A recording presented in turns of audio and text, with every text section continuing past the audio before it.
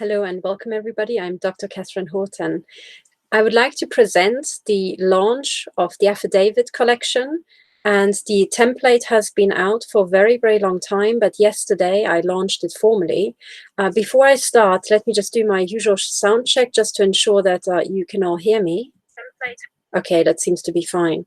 So most of you have followed the entire development of the affidavit template.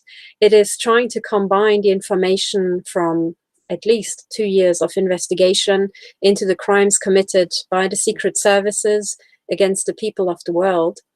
And the affidavit itself, the template, is combining my research and all my insights that I gathered from the many, many victims. And I have codified all the offenses, and I'm trying to bring these types of crimes to the public and to the public awareness, but also in a way that is actionable in court. Before I start, let me show you how you can find all the documents that I'm talking about. And for that, let me share my screen. And there are two ways to share my screen. One of them is I just share a window, which doesn't allow you really to see everything that I'm doing. So let me just do it in a slightly more awkward fashion, where you can see the switch.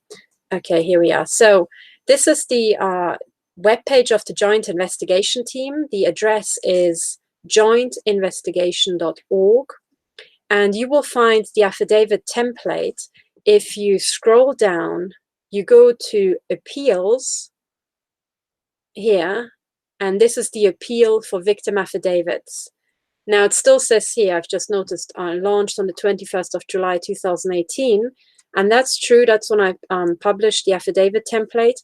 However, the full survey was launched yesterday on the 17th of November, 2018. That's when I published all the other documents.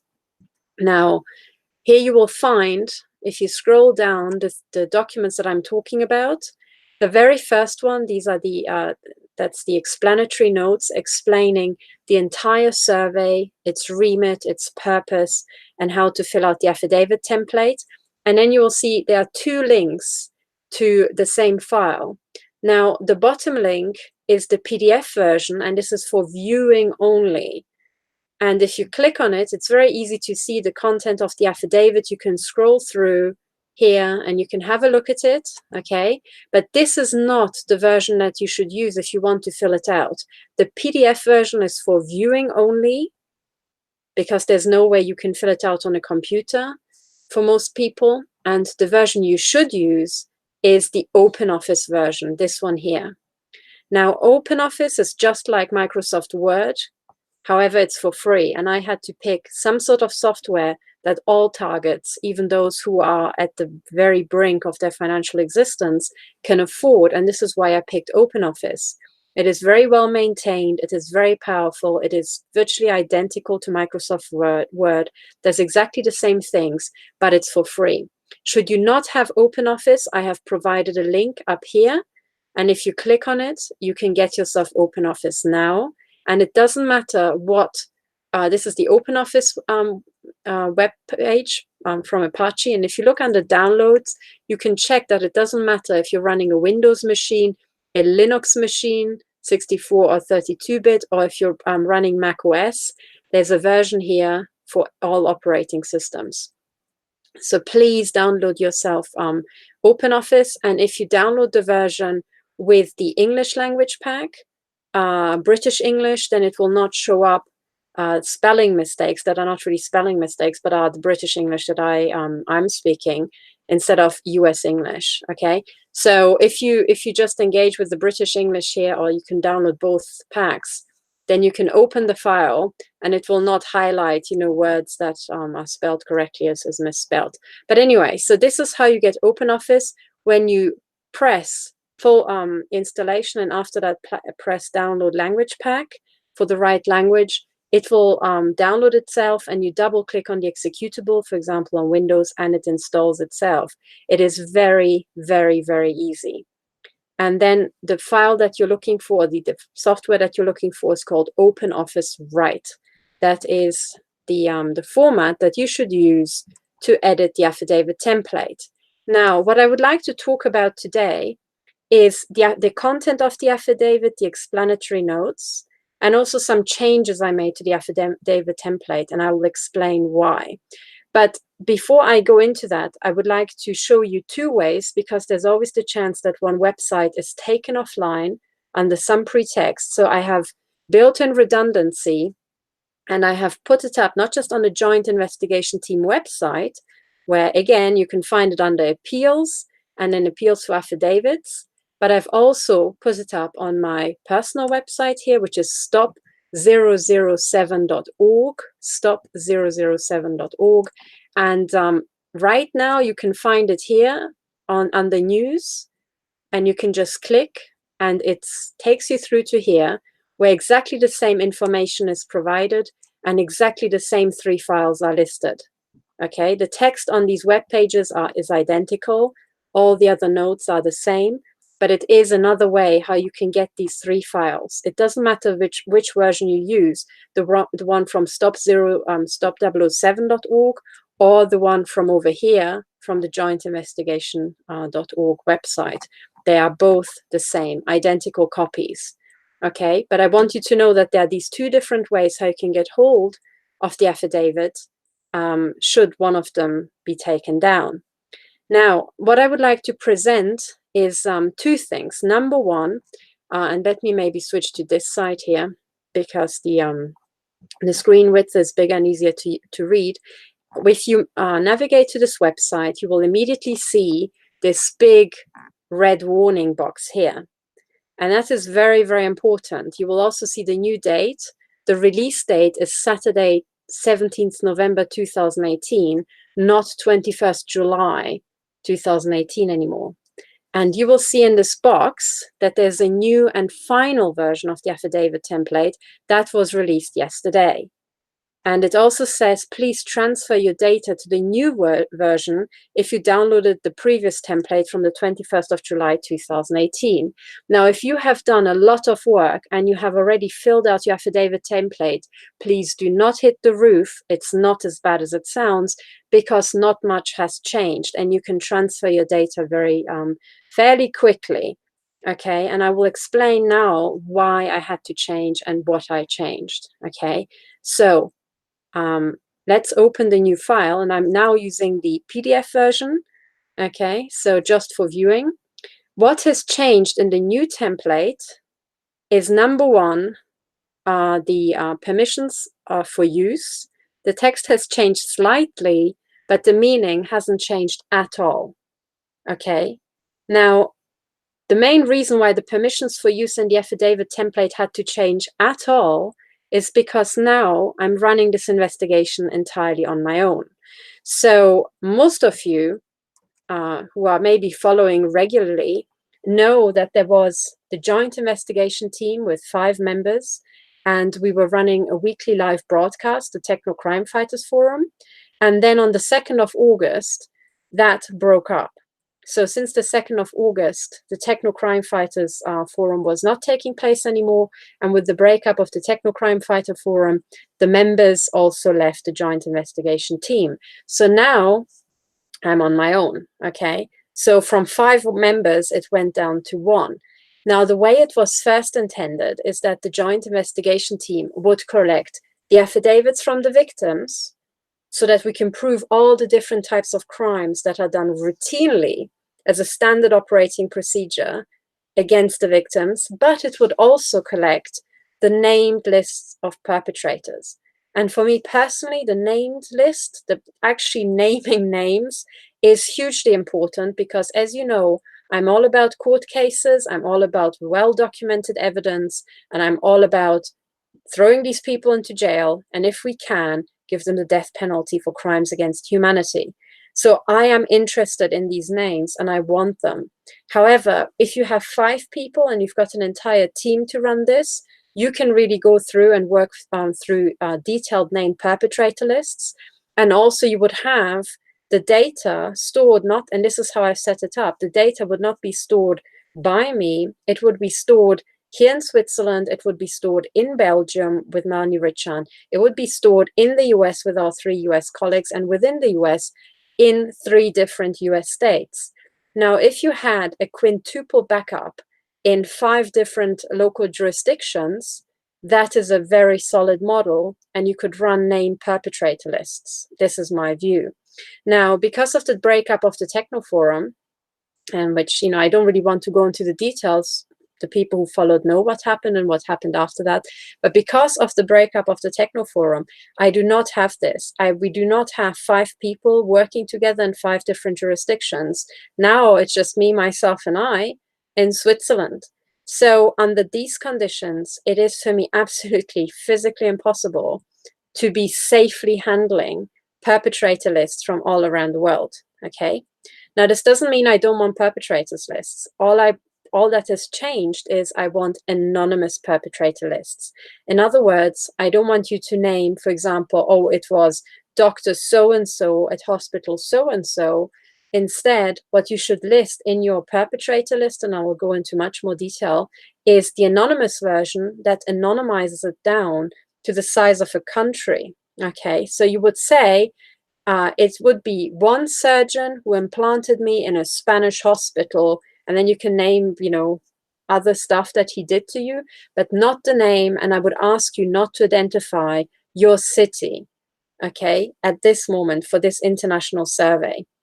And this doesn't mean I'm blocking anything or I want to misguide people. No, no, no, because what I want is this affidavit survey is step number 1 to establish at the level of countries that in every country the same type of criminality is going on, and that there are entire networks of hospitals and other facilities involved in this. This is step number 1. Now, as you're writing this survey, as you're completing the affidavit template, you will be writing your really detailed affidavit about everything that happened to you, including a timeline, naming names, and also you should compile a detailed perpetrators list. But what we should do then is that we all should individually, or if you like, grouping together with others into class actions, go into court with the detailed listed perpetrator lists and take these people to court then. Now, the reason why I can't handle your perpetrator list, I mean, as you know, I've gone public about my perpetrators and I've named them all the way up to the UK Supreme Court. And certainly the heads of Intel I have named by name and I've posted photographs, right? But I can't handle your perpetrators list because while I know that I'm saying the truth and I've got evidence for everything I'm saying, and I've got witnesses and many other things, I do not have the same level of evidence for you. So as soon as I would post something up on the website, even if it is a witnessed, signed affidavit by you, I believe that people can attack me with libel lawsuits and bring me down. Now, if these were 5 people and we would be backing each other up, we could really gain traction, start using these affidavits and file them in our court cases, and we couldn't, we wouldn't be as vulnerable. But as I am here alone, one administrative action can be just, take me sideways and take me out for several months. It's not the same if you're alone as if you have 5 people. So for this reason, I had to move from the named perpetrators lists to anonymous perpetrators lists. But what I still want is you to testify about all the different type of people who attacked you. So for the affidavit survey, in the perpetrators list, you can say, for example, it was, a doctor who implanted me at a Spanish hospital or Greek hospital or German or English, whatever, American hospital. It was 4 neighbors in my local vicinity. It was 2 neighbors around my parents, and so on and so on, so that you testify about the type of people who are involved and the type of setups that the intelligence agencies are building around people. Okay, so in other words, we are revealing, or we are testifying to their networks, how vast it is, what kind of professions they pull in, how they recruit neighbors, how they recruit even family members, and so on and so on. But this is step 1, to establish that we, all agree that this is happening. And then step 2 is for everybody to take personal responsibility for the accusation he or she is making against others, get the evidence together, and then file for example, emergency injunctions, file for damages and all these other things. Okay, so this is what has changed. And I want you to understand that this is not because I want to silence you. you know, much the contrary. I want you to actually act on the information you have, and I want you to do the same work that I'm doing and actually go to court. Okay, so this is one thing I had to change. Now, the other thing that I had to change, and let me just share my screen because I can go back and I can compare the old version and the new version. I will show you the old version. So let me share my screen again. You can still find the old template. If you go to the Joint Investigation Team website here, and you go to JIT reports, every document published for the JIT is listed here. So you will see all the recent documents, and if you scroll down, these are the explanatory notes that were published yesterday, and this is the affidavit template that was published yesterday. And then this is the outdated, careful, outdated affidavit template that was published on the 21st of July. Now, if you look at this, I've also removed the OpenOffice version of this file. So it's only viewable in here now. But this, you can compare the permissions of use before and after this changed, okay? So let me go to the end first. So at the very end, what you had is you had here a public perpetrators list for publication.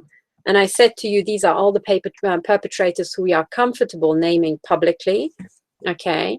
And then we used to have here at the end of the public part of the affidavit, we used to have a private list of perpetrators together with a dying declaration, okay? Because of course, what's the point in you telling me who your perpetrators are if I can't make it public, you're not making it public, what's the point? And I said, well, the point is if you write a perpetrator list you're not happy publishing, you can accompany it with a dying declaration and say, if anything happens to me, these people are most likely responsible. In the US, a dying declaration is something that you can write if your life is in serious danger and you think that you will be killed or you will die before certain perpetrators can be brought to justice. Now, this was the old version. And as I just told you, me, myself, and I alone, we cannot handle, right, the entire private list. And I cannot handle the administration, you know, of all this sort of stuff. And then maybe fake victims from the intel agencies pretending their own deaths just to cause me administrative effort and stuff like that, right? So you know how it goes if they really want to waste your time. So I decided at this moment in time, I do not have the resources to do this. So I have taken this out, the dying declaration and the perpetrators. I still think it's a good idea, though, to write this. So what I recommend is that you write a personal private list where you can name everything you know about these people, as you should, including social media handles, emails, phone numbers, anything that can be used for an investigation. And you list them, you sign that, and you say, you know, under oath, you know how to do an oath now. And you can even, testify, you know, before a person entitled to administer oaths who can stamp it and all that. And you can put a dying declaration with it and you can give it to trusted friends. In fact, I think you should. If you think your life is in serious danger and you don't have the same opportunities as me to go very, very public about the people who have assaulted you, then this is something that you should do. Now, as a rule of thumb, I would say if you're doing something like that, it's like a safety trigger. It's not going to protect your life, but there will be consequences should something happen to you, to your life.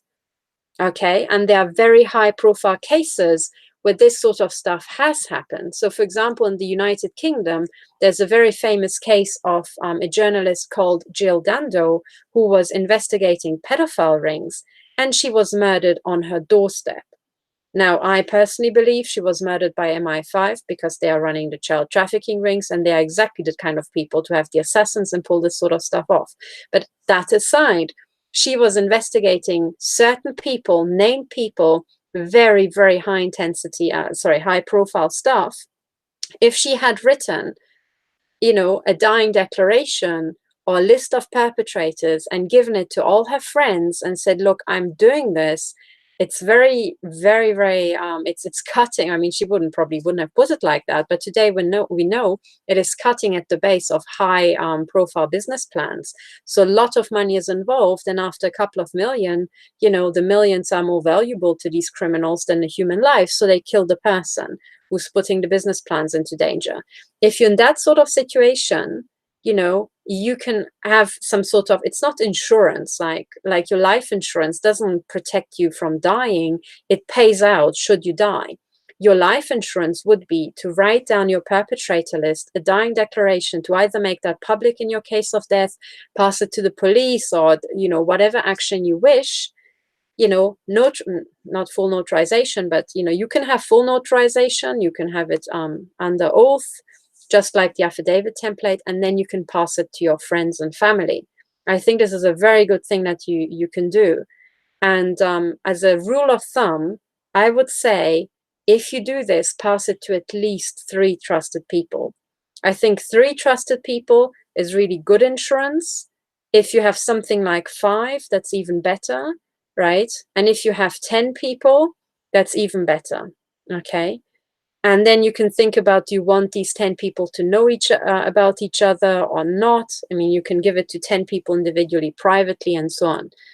So this is something you can think about. How many people would you have to give it to ensure that somebody will have the balls to then, in the case of your death, go public with this, But that is something that you should do, okay? I really think so. You have to write your perpetrator list. You have to name names. This is something you still have to do. I'm doing it. You should do, and you should act on it. But the one thing I cannot do at this point in time is incorporate it into this victim survey. I'm sorry, I just don't have the financial resources. So I've taken that section out. Now, another section I have taken out for no other reason than the anticipation of sabotage is the still in the public section before the list of perpetrators on pages 95. There were 3 sections called quotes. These could have also been quotes from Voice to Skull, conclusions, and message or appeal to judges, police, and government. I still think these are very, very good sections. However, the reason I had to take them out is because I made the experience that, partially I get victims who are so heavily targeted, they cannot express themselves coherently anymore. That is one class of victim. Then I do have the open mind to listen carefully and cobble together from the bits and pieces they are saying in an incoherent way, cobble together what exactly happened and who the perpetrators might be. But I am trained in this through my 2 years of doing this, and I have a very open mind. Now, like somebody who's maybe a bit of an RC judge or police officer might not have the same patience. So if people send me gobbledygook or incoherent stuff in long rambling texts, it will devalue their affidavit. I will understand why that is, because they're being shot in the head so heavily, because they're being neurotagged, because they're experiencing all sorts of external force and influence. But, it still would reduce the quality of the affidavit. Now, this is one case I wanted to avoid. The second case, which frankly is much more predominant, is as soon as you have these free text fields, you get agents and, JTRIG trolls.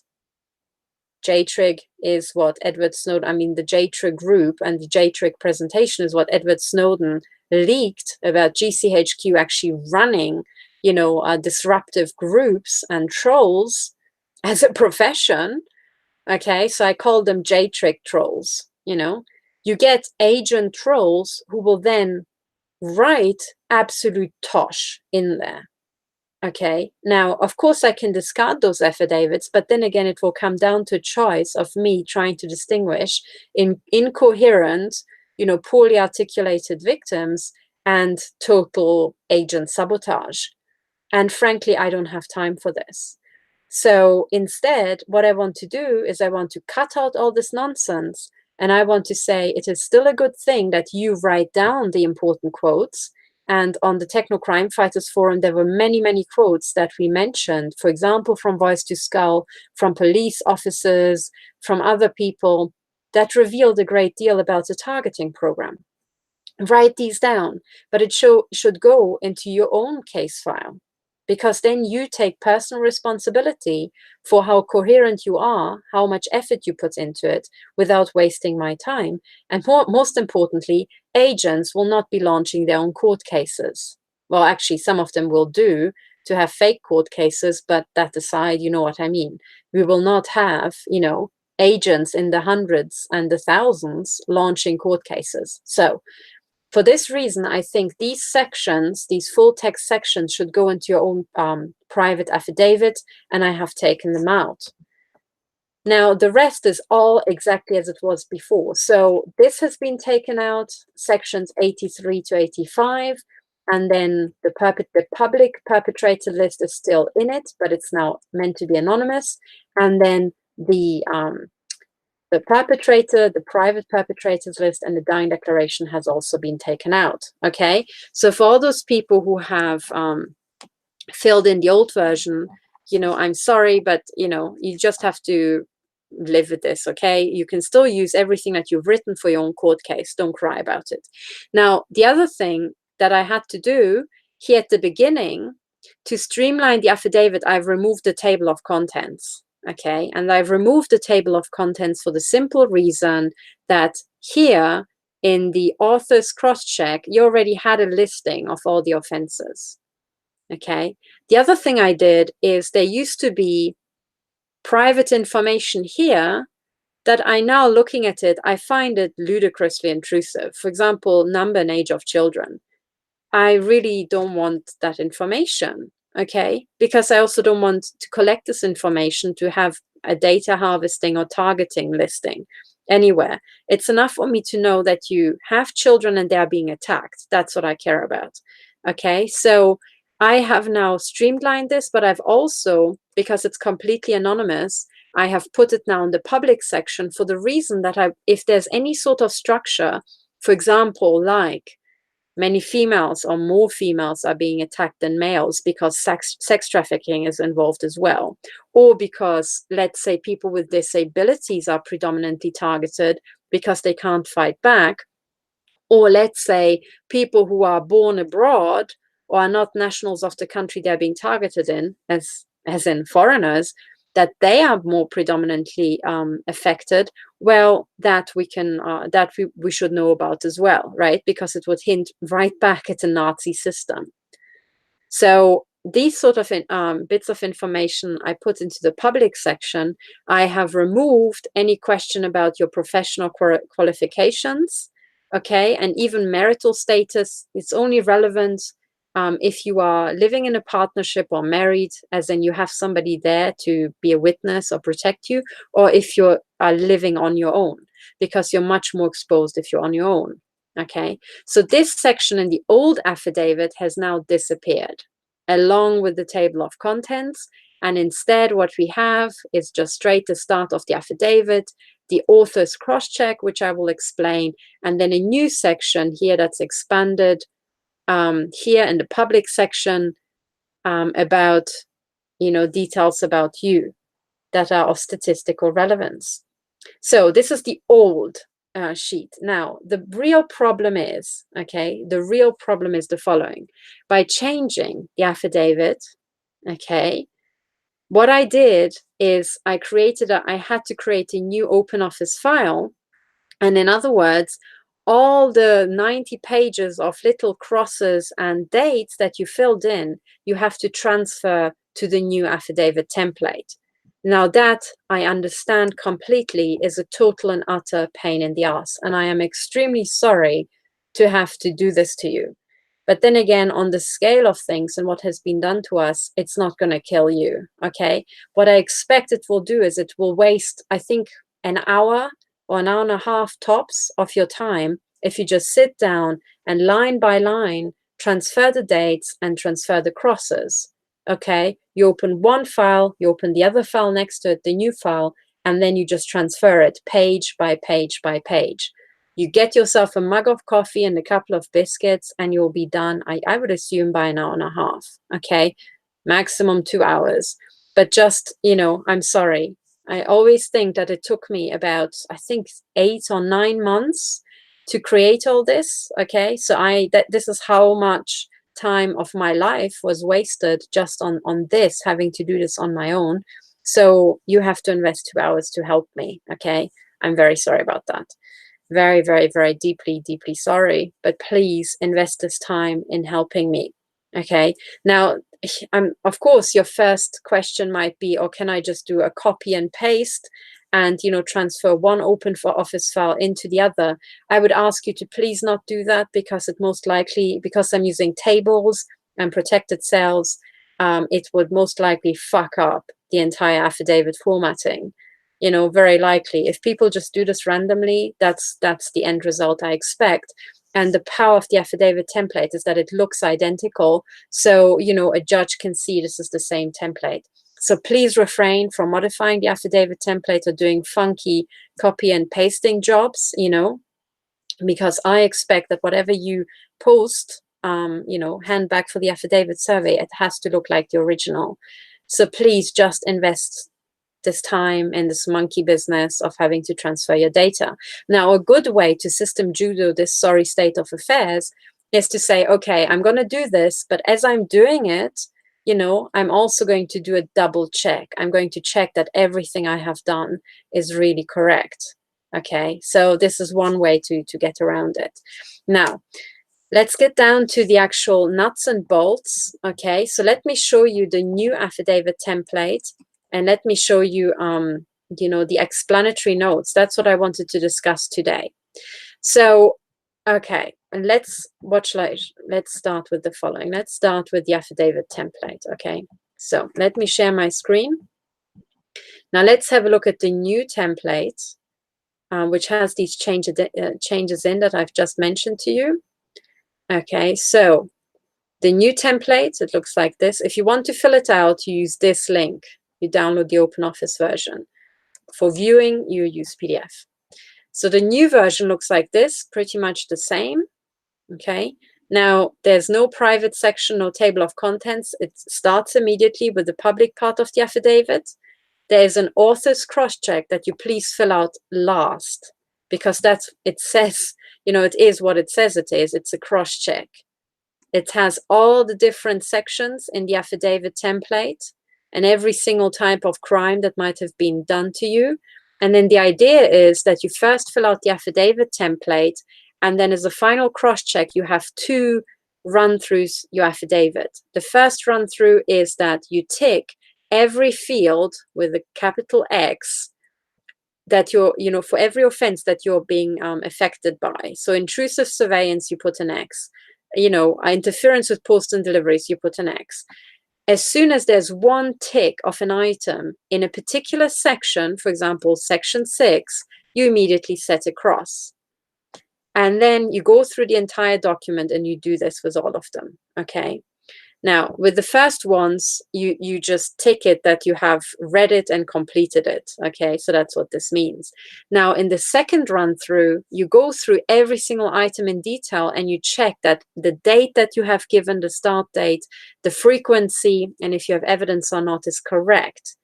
And once you have checked every section in detail, you put a second X here to check, under checked. Now, a very good, or you know, the standard affidavit where I can see that the victim has put in the effort to make sure their information is correct, would have always 2 X's for every line that applies. One, it highlights that it's affected, they were affected by that type of crime. The second cross testifying that they have checked it and they are sure that the evidence they give in that section is correct. Okay, so this is the author's cross-check, but that's to be filled out last. Now, the new section that looks slightly redesigned is this one here, public anonymous information. And this is the first page of the survey. So here I have now put it like that. I'm interested in your age, but only as an age bracket. Please, you don't have to tell me I'm 53 years old. You know, we don't need the exact date. In fact, the exact age can be used to, you know, track it back to you. But we can anonymize it if you just say I'm in my 50s or in my 40s. So you just put your age bracket. If you're between 20 and 29, you write 20s, so 20 little s. If you are between 30 and 39, you write 30s, and so on. Now, as I explained here, you know, sex and marital status and the existence of children and disabilities are only interesting in as far as, you know, the investigation needs to know, are people living on their own, are, for example, women or disabled children or disabled people or people with children much more likely to be targeted. I also ask if you have any disabilities as a result of your targeting. That's also very important. And then my question about ethnicity and nationality, again, is only relevant if, you know, to show that, well, you might be a foreigner, you know. You actually might, so, you know, ethnicity is one thing. For example, if you say British, but your ethnicity is Indian or Pakistani, you know, you're an Asian from the Asian community. And if I see that accumulating, that there's lots of victims testifying to that, then it's pretty clear that we have some sort of Nazi program running in the background. Okay. Now, my personal gut feeling is that that's exactly what's going on, but I need the evidence to be able to stand up in court and say that. Until then, this is just a hypothesis, because I also know that on the other hand, a lot of British people are assaulted as well. And this is now just the fraction, you know, are Asians more likely to be targeted? That's what we're asking here.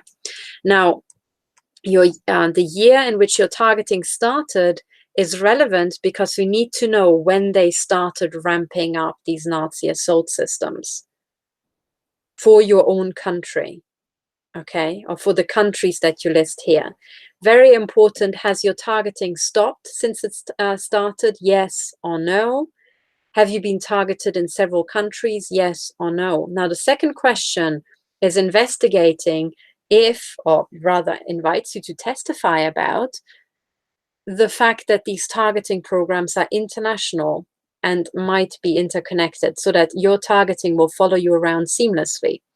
From the victim testimonies I received so far, I know that this is the case, but we need to show it in court. Okay, if I'm just saying I heard it from someone, then that is anecdotal evidence. But if I have a written, signed, under oath affidavit from somebody, then that's something I can quote in court.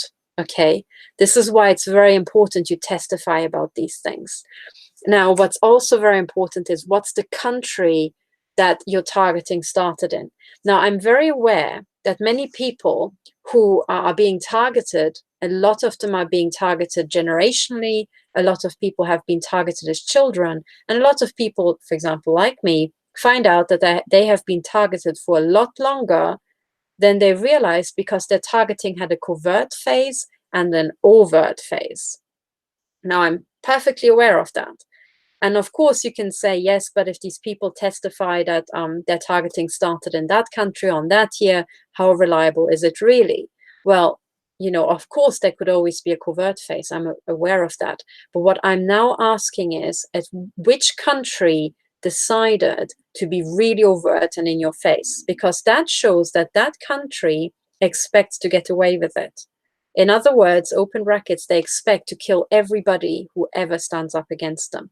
So this is why it's really important that we know which country has, you know, decided to make targeting overt, because it shows an audacity and in your face type of approach that, you know, indicates that they truly lost their marbles and are so out for the big kill that they think they will get away with it. So that's why it's very, very important. So the overtness matters as well, you know, but really try to put this there. And so basically what I'm asking is, you know, how far back can you track your targeting reliably? So not just guessing. Many people say, oh, I think I was targeted as a child. Okay, saying it is one thing, but I want you to have evidence that gives you reasonable grounds to assume that. And it counts what type of evidence you have for that. You know, it has to be solid, a bit more than just a gut feeling. So please write the year where you have some really solid indications that's the case. And typically overt targeting, that's, you know, when you start being gang stalked everywhere and people are in your face, well, you will know when that happens. Okay, now the other thing that's important is there are two, you know, actually there are several country questions here. First of all, your ethnicity, right? Then your nationality, then the country the targeting started in, and then the total list of countries where you were targeted. That is very, very important because we need to know which countries have signed up to these programs. If a country allows systematic gang stalkers or continues, for example, the gang stalking, harassment, and torture of a victim, when the victim enters the country, it means that there's some sort of agreement, a treaty between that country and the main countries running the targeting program. And I need people to testify about which countries those are. The quickest and easiest thing to do that is to just ask the victims, in what countries were you targeted?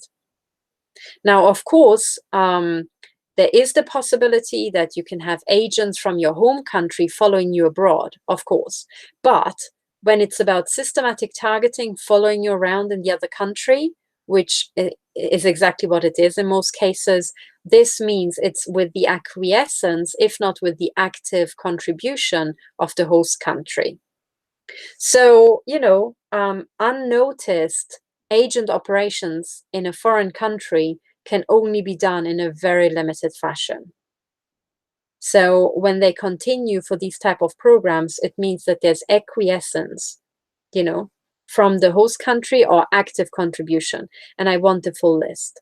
Now, you should also know that this field in the original OpenOffice file expands downwards as you're typing. So you can just type, you know, 5 countries here, and if you run out of space, you press enter, and this field should expand down in size. So in principle, you can fit, please don't write press enter after every country or you will run out of space.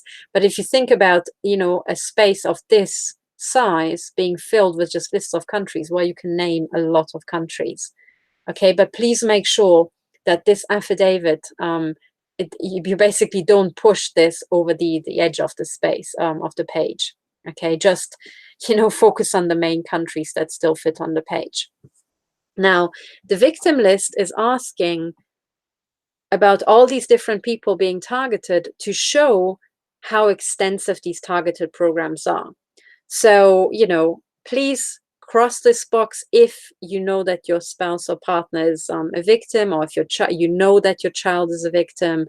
And as always, it's about having reasonable grounds to assume that. If you're a victim, your partner might very likely be brain controlled to keep you isolated.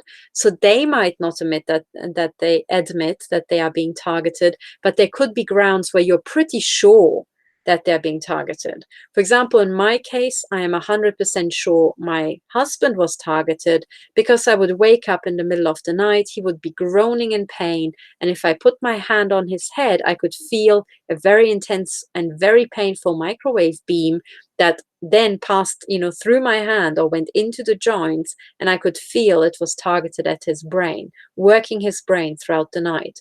Now, that is pretty solid evidence. I am a witness to that. And I try to use measuring devices to show exactly that. Okay, but as long as you are witness to it, that is enough that you have reasonable grounds to believe that that is the case. This is what I'm looking for. Okay, now the reason why there's no box is you cannot tell that your partner is not being targeted. You might have reasonable grounds to assume that he is, but you can't really prove that he is not. So this is why there's no, because only he can really tell. If he were educated about these crimes and what they feel like, only then he would know. So this is why I have to focus on the yes. Basically, this entire affidavit is just focused on what you know with, you know, high enough certainty. I'm not interested in what you don't know or what you're not sure about. I want you to testify about the stuff you're fairly certain about. Okay, so this is the first page. This is now streamlined. So the classical crime has been moved to a separate page. And then what follows after this is the main part of the affidavit survey, and it goes on and on and on for almost 90 pages. Now, let me go back up to, sorry, let me scroll. I jumped around a bit too much. So this was the private section. This is classical crime. Okay, let me say one more thing about classical crime. This section is asking only for the commonly understood bog standard crime that your police department would be expected to handle and has handled in the past. These are, for example, instances of theft of valuables or money, burglary with theft of valuables, vandalism, violence and physical attacks, rape, kidnapping, human trafficking here means the standard human trafficking, okay, where you actually have a ringleader and you are actively being human trafficked as it's traditionally understood. Now, what I do not mean is sex trafficking with, for example, genital chips. That is in a later section. So please, I am just asking about this box standard stuff. And the reason why I'm asking is I want to know how many victims are victim of also standard crime. This could be, indicative of many different things. It could be showing that the intelligence agencies work together with organized criminals. And then you would see that there's a much higher rate of people falling victim to all this stuff as well. Okay. Or maybe victims of crime being recruited into these programs. This is why I'm asking. I want to see if there's any, added correlation. But in this section, please, as it says in the title, exclude any torture and trafficking with implants, nanotech, or directed energy weapons. And also exclude the gaslighting, the kind of psychological terror type of thefts and burglary and vandalism. So, for example, if you have a housebreaking where the only thing that they did is they came into your home and they put a rubber duck into your living room, that is not classical crime. Because no burglar in his right mind would break into a home just to give you a rubber duck. But, and I'm quoting a real-life case here from the University of Cambridge, there was a student at the University of Cambridge, actually I think a law student, where people broke into her student room regularly and placed rubber ducks into her room. And then these rubber ducks would have increasingly horrific injuries, okay? Now that is a telltale sign for intel criminality, but it is not typical of classical crime. So this is why if you go with intel crime to the police service, part of them will think you're mad because they never heard about it. And the insiders in the police department will have to say you're mad because they know very well what you're talking about. Okay, so leave those out, those type of assaults. So just focus on theft where you can see the motif. For example, you were walking down the streets of, a major city and somebody ran up to you and stole your handbag and all your money was gone, never to be retrieved again. Now that's classical crime. Of course, the intel agencies can still do that to harass you, but that aside, I want to see how often people are victims of this as well. Okay, so I hope you understand this part. Now, oops, sorry, I went a bit too fast. So after this classical crime section starts the main bit of the affidavit that has not been changed between the two separate types of the two versions of the affidavit. This is identical. And when you're filling out the survey, for the vast majority of the pages, the only thing I'm interested in is when did a certain offense start? I mean, when did you become aware that you're being under covert surveillance? When did you become aware that you were under overt surveillance? That is when they really show you demonstratively in your face that you're under surveillance. And for example, if you have evidence that your telecommunications were bugged or your car was bugged, some people have found a tracking device in their car, for example, then please write down the date. And the dates I'm only interested in the format of month and year. I don't need the precise day. So please just month and year. And if you don't know the month, just write down the year. That's okay as well. Now, there are certain offenses which started, pretty much all together, maybe in the same month, maybe in the same year. If you have a long list and every single item has the same date, I also explain in the affidavit template how you can just do copy and paste, copy and paste, copy and paste. But be very, very careful, because this is an affidavit. You are testifying in court, to the truthfulness. Check that every date is correct to the best of your knowledge. So in other words, don't just do copy, paste, copy, paste, copy, paste. Check that really for every item, remember what sort of evidence you had and when did you have this evidence and what month. So this is the date file. Probably this is the hardest work to really remember, but with time you will, get into it and you will know how to fill this out. The second, these columns here, these 6 columns, are the frequency of a particular offense. So for example, covert surveillance, well, surveillance is typically continuous, okay? There's no point surveying somebody just 9 till 5. So for most of these things, you can type continuous, but for other things, for example, odd commentaries from neighbors, how often do you get them? That's not going to be continuous because your neighbor is not talking at you 24/7. So maybe you will have odd commentaries from neighbors weekly or monthly, or maybe it just occurred 3 or 4 times. The last column is how often did it occur. And then the final column, oh, I should also say, if something occurred, what this means is n times, occurred n times. If it occurred 3 times, you just write the number 3 here. If it occurred 16 times, you write 16 here, right? If it's occurred 50 times, well, maybe you're better off saying monthly on average, or something like that. Now, the other thing is also that if it occurred only once, you've got the choice of putting a number 1 here or putting a capital X in the box. Yes, it occurred, And then the final column, evidence. Here you put an X if you have actual evidence for a particular offense. In the case of odd commentaries from neighbors, say really outlandish commentaries. If you went outside to take the trash out and you have a neighbor who always bothers you, and you took an audio recorder and you kept it running and you recorded your neighbor asking really outlandish questions, then please put an X there. If, however, and I'm asking about evidence that can reasonably be presented to other people, so to a court or whoever's investigating this. If, on the other hand, you just had comments from your neighbors for 2 years and they were totally idiotic comments or really odd, or maybe they were comments about your private life that they couldn't possibly know about, but you didn't record it and you also don't have a witness who can confirm it, then please don't tick the box. Just hearing something is not evidence for court. It is just your testimony, okay? So this, I want you to understand how the last column is to be understood. I really mean tangible evidence that you can show to another person.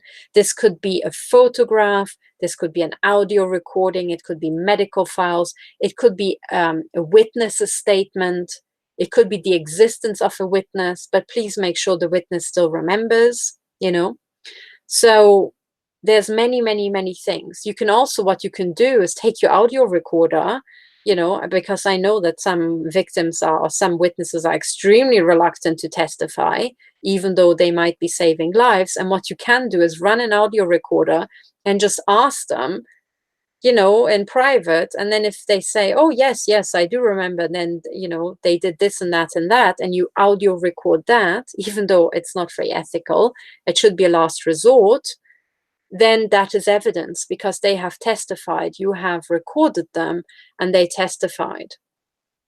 Try not to lead them if you do that sort of stuff. And by the way, this is not something that I would advocate on average. This is not something that I would ever like to do with my own relatives, and my friends. But I had to do that on 1 or 2 occasions when I knew that these people even told me that they wouldn't testify, even though it was super important for me. And at the same time, they kept talking to me about precisely what I wanted them to testify to in public. And then I just recorded them for my own archives, for my evidence that I can prove that this really happened. This is really the case. Okay. Sorry, it's not, I mean, I'm not trying to do anything, and you shouldn't do anything that gets other people into danger or, shows them under an unfavorable light if they're your friends or your family. But at the end of the day, you have to protect your life. We have to protect the lives of others, and we actually have to get the evidence. So if people don't have the spine to stand up and testify, you can collect evidence by these means as well. If it's about saving your life, it's okay. It's not the end of the world. So you have to unfortunately get creative about how you collect evidence. But in general, the type of evidence that would qualify would be photographs, videos, videos you filmed, for example, with your phone, but also testimonies from, let's say, there are YouTube videos from you from 8 years ago when you're complaining about gang stalking in a time period in your country where gang stalking was something that, was considered unprovable and wasn't an accepted type of crime. But now, after, let's say, 10 years or 6 years or whatever, you can point back to a video that is time-stamped from that time. Well, that is already, evidence that back then you were complaining about these crimes. So your testimony itself is evidence that this stuff was going on, So there are different types of evidence, but of course, measurements, medical certificates, and all this sort of stuff counts as well. But it is very important. And I want you to understand, if you look at these lists here, you can see how extensive they are and how detailed these offenses are. Now, with things like hacking or, mail tampering, a lot of the things, or housebreaking, you might get tangible evidence. But as you're scrolling down and it gets to ever more exotic weaponry, okay, so this is you have to really scroll down because I'm asking about every aspect of people's lives. Here, directed energy weapons, they can be extremely hard to prove. So please do not be shy. In fact, you really should testify also about those things you have absolutely no evidence for. It's okay not to have evidence, because at the end of the day, we're not the police department. It is not our job to collect the evidence for advanced technologies. It really isn't. So if there are many sections where you because you're not a physicist, because you can't afford the measuring devices, you just cannot testify to it, it's okay. For example, if you say physical attacks with directed energy weapons and you don't have evidence, that's okay. That's what this entire affidavit is about. Here, for example, herding with Jews with directed energy weapons, keeping you from certain areas in your home, it could be extremely hard to prove herding with directed energy weapons, because it will literally imply you would have to have so many measuring devices around the house. But of course, we know that sometimes they are shooting at us so hard we have to change the room. Now, this is herding. They make you evacuate an area. Okay? Now, we can all testify to this. They have done it to me. They have done it to many other people. And we can all tick, we don't tick the evidence box. But just by the fact of combining independent affidavits from people who have never met each other, but are testifying about the same things, we can still prove these crimes. We can prove every aspect of these crimes. That's the entire point. So I hope you understand that it's okay if you don't have evidence. Even if most of the things on your affidavit don't have evidence, that is okay. Your affidavit is still extremely valuable. And then what we can use your affidavit for is to use it as corroborating affidavit under oath to help other people who do have evidence. Maybe they have circumstantial evidence. And people with strong evidence can also then be used to corroborate other testimonies. This is the entire point, okay? If we all put our testimonies together, somebody somewhere out there in the world might have measured it and might prove exactly this type of offense. Okay, so this is the entire point. And I want you to know that the evidence column shouldn't be intimidating. You shouldn't think, oh my God, I don't have anything for any of the things I'm saying. This is not what the affidavit template is about. What the affidavit template is about is combining all our affidavits so that we can prove things that are maybe today almost unprovable for an individual. Okay, now in the case of directed energy weapons, that is very, very easy to put to a judge because the measuring devices required to measure directed energy weapons and advanced pulse shapes cost several tens of thousands of dollars, British pounds, whatever currency you want to pick. Okay, now I can't put a year's worth of salary into buying a measuring device that's military equipment. I'm not the, frickin' army here. I can't equip myself like the army. So I cannot be expected to prove every aspect of directed energy weapons. But what I can do is combine my affidavit with many other victims and say we are all being hit by something that can only be a directed energy weapon. So that is okay. Now, I also would like to say that in the section radioactivity, I have heard a lot of people say, oh, I'm being hit by radioactivity. Now, the point is, if you're being hit by genuine radioactivity like alpha, beta, and gamma radiation, there is no way for you to tell because this stuff goes straight through your tissue. That's why X-rays work. They get absorbed in your bones, but they go through your tissue, not interacting. Okay, so if it really hurts you, it's not radioactivity, it's a directed energy weapon that actually has an interaction with your body. For example, a microwave is a form of directed energy weapon. That's why it cooks the tissue. That's why it cooks meat. You can cook meat in a microwave. It's because it's using electromagnetic energy and radioactivity is ionizing energy. So please, guys, don't start ticking attacks with radioactivity unless you do actually have a Geiger counter, a specific device measuring ionization, and then you can prove and you have evidence that it is actually radioactivity. Some people do. Some people have exactly that, and they can prove attacks with radioactivity, but they had to use a Geiger counter for that. For all other people who are experiencing some sort of remote controlled attack to their body inside their home, behind a wall, and so on, just know that this is non-ionizing radiation, and it's a directed energy weapon. It's an electromagnetic weapon. Okay, so for example, a microwave is non-ionizing, but it makes the water molecules resonate, creating kinetic energy or motion energy, otherwise known as heat. That's why a microwave is heating, but it is not ionizing your cup of coffee. Okay, so that's the difference. You really have to know that. But anyway, I should also in the future put out detailed, maybe detailed help about all these sections and how to understand that. And I will also do that at a future date. But I want people to start, get going with these affidavits and start filling them out. So, you can see that this just goes on for pages and pages and pages. And the only thing that really matters is the type of offense. And then here, the actual, when did it start, which month, which year, what sort of frequency are we talking about? Continuous, hourly, weekly, monthly, or did it occur only a couple of times? And then do you have evidence or not?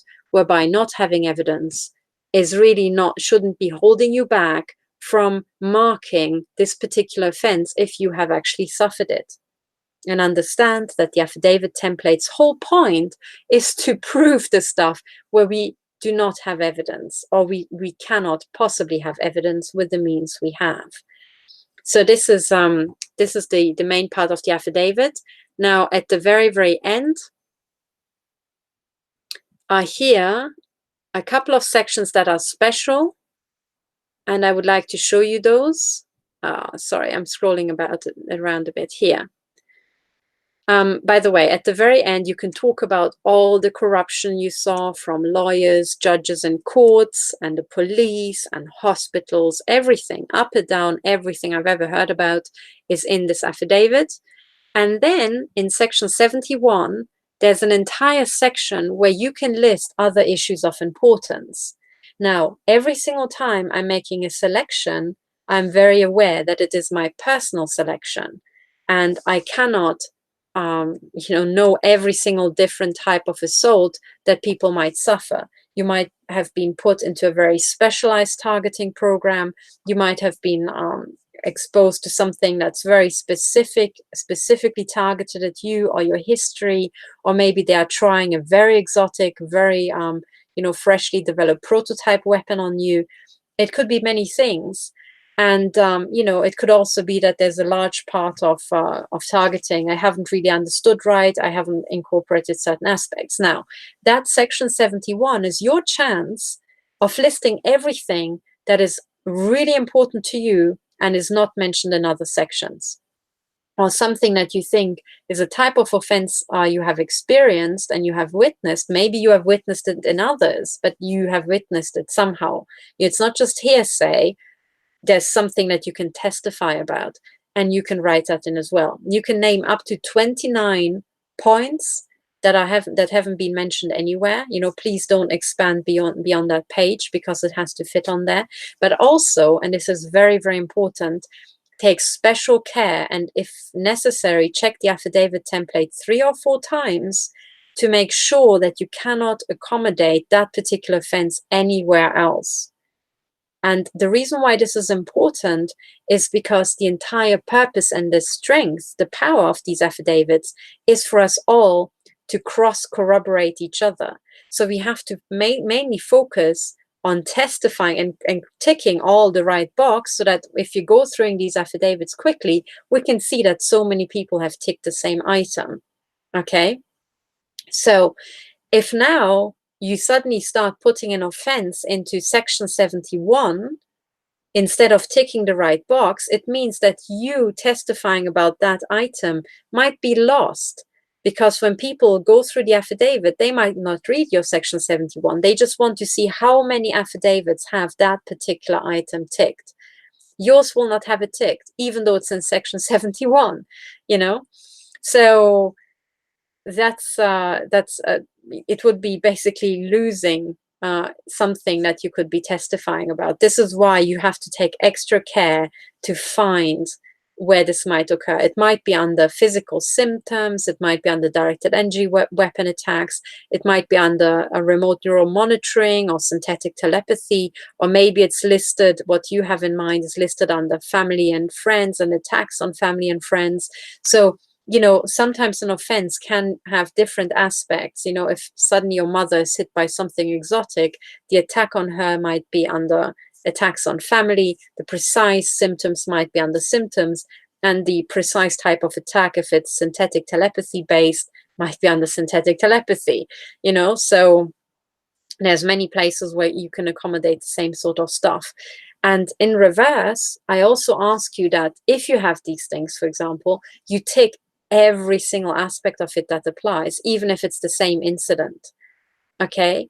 And that is because the users of these affidavits are very likely to pick out a certain section, or maybe even a particular item, and look for how many people have ticked it.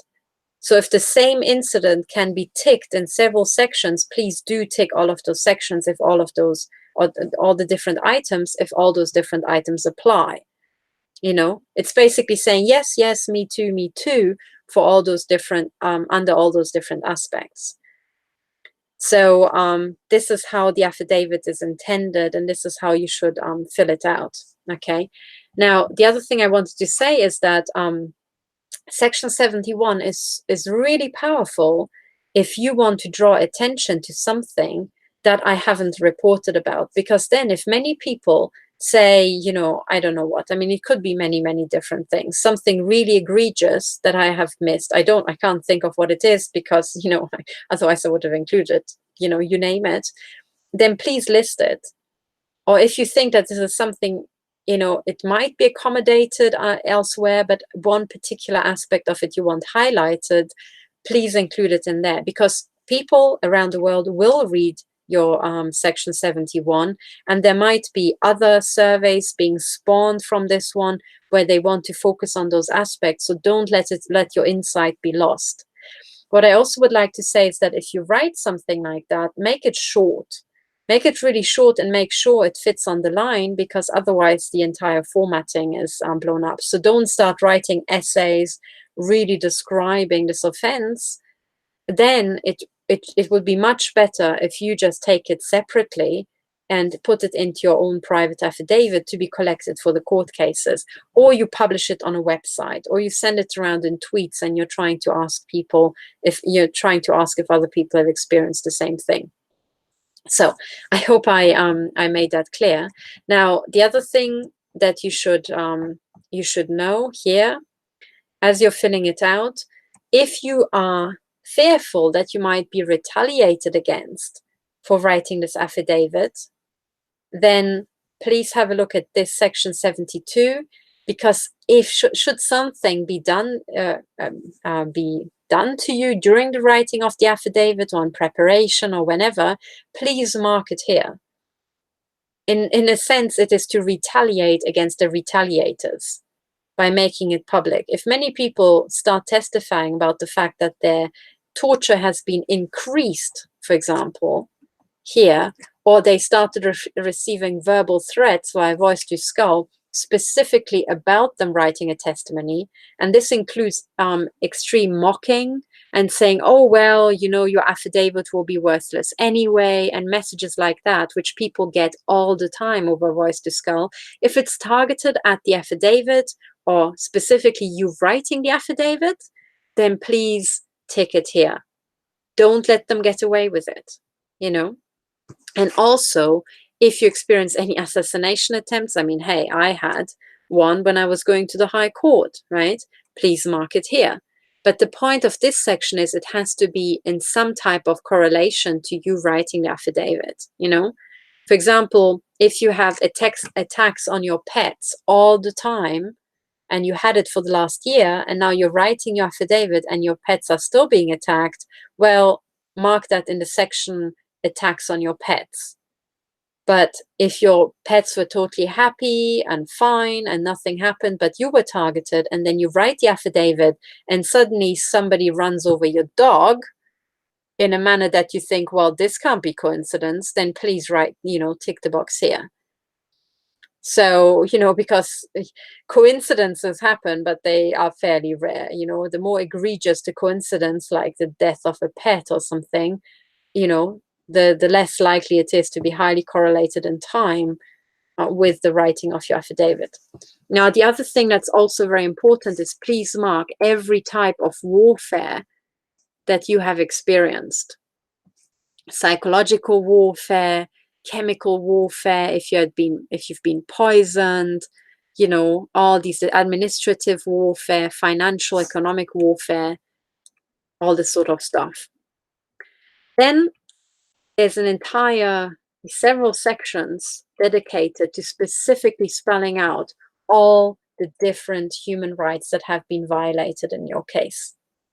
And really tick everything that applies. And also, again, write the start date so that people can see when it happened or since when it continues to happen.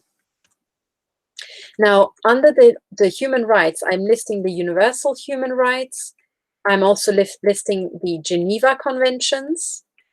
I'm also separately listing all the terms that apply to crimes against humanity here. Okay, this is specifically crimes against humanity and what qualifies as a crime against humanity. And then at the end, I'm also listing here in section 76, the European Convention on Human Rights. Now, if you're in the US or elsewhere in the world and you have never been to Europe, you're not European, you know, you weren't born in Europe, you have nothing to do with Europe, and your targeting has nothing to do with Europe, please still mark the type of rights that were violated for you as stated by the European Convention on Human Rights. okay? And the reason why I do that is because I want, so for all people within Europe, the European human rights are very important, and there are a legal framework that is excellent and that we can use, but we need to cross-corroborate, you know, all the offenses that people suffered outside of Europe to back up all the victims here in Europe as well. So this is why I'm saying still cross every field, because also the European Convention on Human Rights is meant to be universal. These are universal human rights as applied within Europe. Okay, so these are universal rights that every single human anywhere in the world should have. In the example of a European traveling abroad and being assaulted, the European human rights still apply, okay? They might not be enforceable, but their human rights, as stated by this convention, still have been violated. So, you know, you can still testify to this. Okay, now the other motivation for keeping this in and asking you to testify about it is because you might be assaulted by a company that is headquartered in Europe. You know, there are all these global weapons and arms manufacturers. Now, they are bound, if they're in Europe, by the European Convention on Human Rights. If they are now assaulting people, say, in South Africa or in Texas, even though their corporate headquarters is in Europe and they are more than aware of the European Convention on Human Rights, well, we can ask in court how it comes that they think that something that applies to all human beings in Europe, they can get around of respecting by just assaulting people elsewhere. You know, and this is a serious legal point. Which laws apply, the laws of the victim or the laws of the corporate HQ when they are going out and suddenly mass murdering? I'm sure volumes can be written about that, but we will worry about that later. I still want to know which human rights have they been violating. So for this reason, please fill out this section. Now, the denial of help section is very important. Please list all those people who have let you down and refuse to help you, you know, and then also just take how many different types of self-help you had to apply. You know, all of us probably had to use some form of shielding. Some of us had to start their own forensic investigation, you know, launch support groups or launch other victims, work in outreach, and even, you know, join or found teams. So that's all very, very important, because it shows if you combine the two, these people let you down, and then the Holocaust victims have to do their own, you know, self-help. I mean, this is not really how the systems are meant to work. Then finally, what's extremely important here in these tables is the costs you have incurred. This could be money that was stolen from you, the costs of property damage, the costs of the IT repair, medical costs, the costs of hiring experts, buying measuring devices and shielding, and many, many other things, including travel expenses due to attacks or seeking refuge abroad. All these things, the costs of which can be staggering, and they have been forced on you. They've been imposed on you by these criminal networks. For this reason, I would like to ask you to try to quantify them. Of course, your sums might only be estimated, but still an estimate is worth a lot. And, you know, if you have evidence for your estimate, tick it. And if it's just a rough estimation, don't tick the evidence box. But for example, if you have property damage and you have, say, you know, for example, I do several €1,000s of damage to my car, which I think is related to targeting, I'm going to write the precise sum, and I have evidence from the garage who, you know, charged me for the repair works. For example, the car accident that I suffered in France in September, I have the actual precise sum, and I'll be writing that down together with others. So I can actually tick this as evidence. If it is just an estimated thing, for example, loss in earnings, that is still very valid. You don't have to type evidence. You know, you might have circumstantial evidence, but you might not have solid evidence. But it's still okay. It's still okay to tot that up. Okay. Now, then again, you have an entire list of other types of expenses that you suffered, where I ask you to briefly write what type of expense it is and write the sum. And do you have evidence? Yes, no. Now, the very first column here is called currency. If you are in the US and it's all just in US dollars, then of course you just write USD for US dollars, you know, the 3-letter currency code, the Universal International Currency Code. And then of course you can just do copy paste, copy paste, copy paste for every line. The reason why I have to keep the currency tab is that, you know, some people are in India, some people in Japan, in Europe, we all use different currencies, and our sum, the sum of money that we are, you know, adding up here will be dependent on the currency. And of course, if you're traveling abroad, you might have incurred, I don't know, staggering expenses in another currency. You can also write other currencies, but make sure that the total that is listed here, you know, ideally you keep the same currency, you convert it, because this total sum is being added up automatically. It fills itself out as you're filling out the columns above. Now, the diagrams here, the body diagrams, they are male and female diagrams that you can fill out. And I explain in the explanatory notes how you can do that. And I will also make a video where I show you step by step how you can fill these out. In a nutshell, what you can do is you can use OpenOffice and the drawing functions, and then you can create little circles, you know, little red circles, and highlight. Are you being, for example, shot in the eye, shot on the forehead, shot in the heart? And you can put the little dots there to show where they are. And there are 2 sets of body diagrams. The first one is asking about the most common attack locations, pain and injury locations, indicative of directed energy weapon attacks. There's a male and a female version. And the second set is asking about RFID sniper shots and chip implant locations, if they are known. Now, I should also say that I have really mistyped this. It says chip implant locations.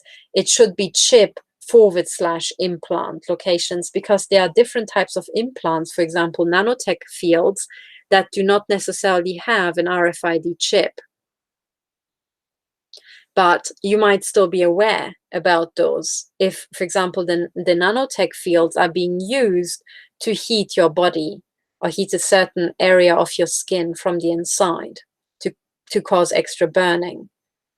Now, if you are aware about those signs and have reasonable grounds to believe it exists, please include that here as well, even if it does not have an RFID chip in the area. Okay, so in actual fact, this title should read RFID sniper shots /chip /implant locations.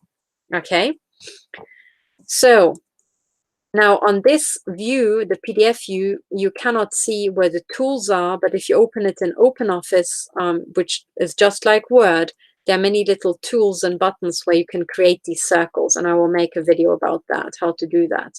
Okay. It's also explained in the explanatory notes how you can do that. Okay, so then finally, this is the perpetrator list. And as I said, I would like the perpetrators to be anonymous.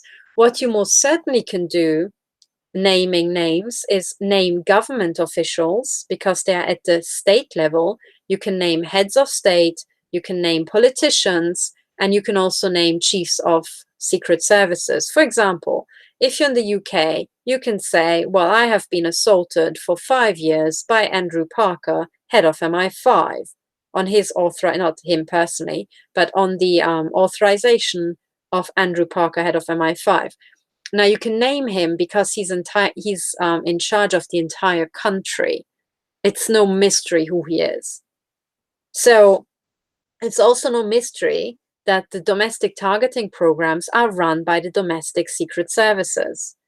that is not even a secret. It's not even an open secret. It's just a fact. So you're very welcome to put his name there.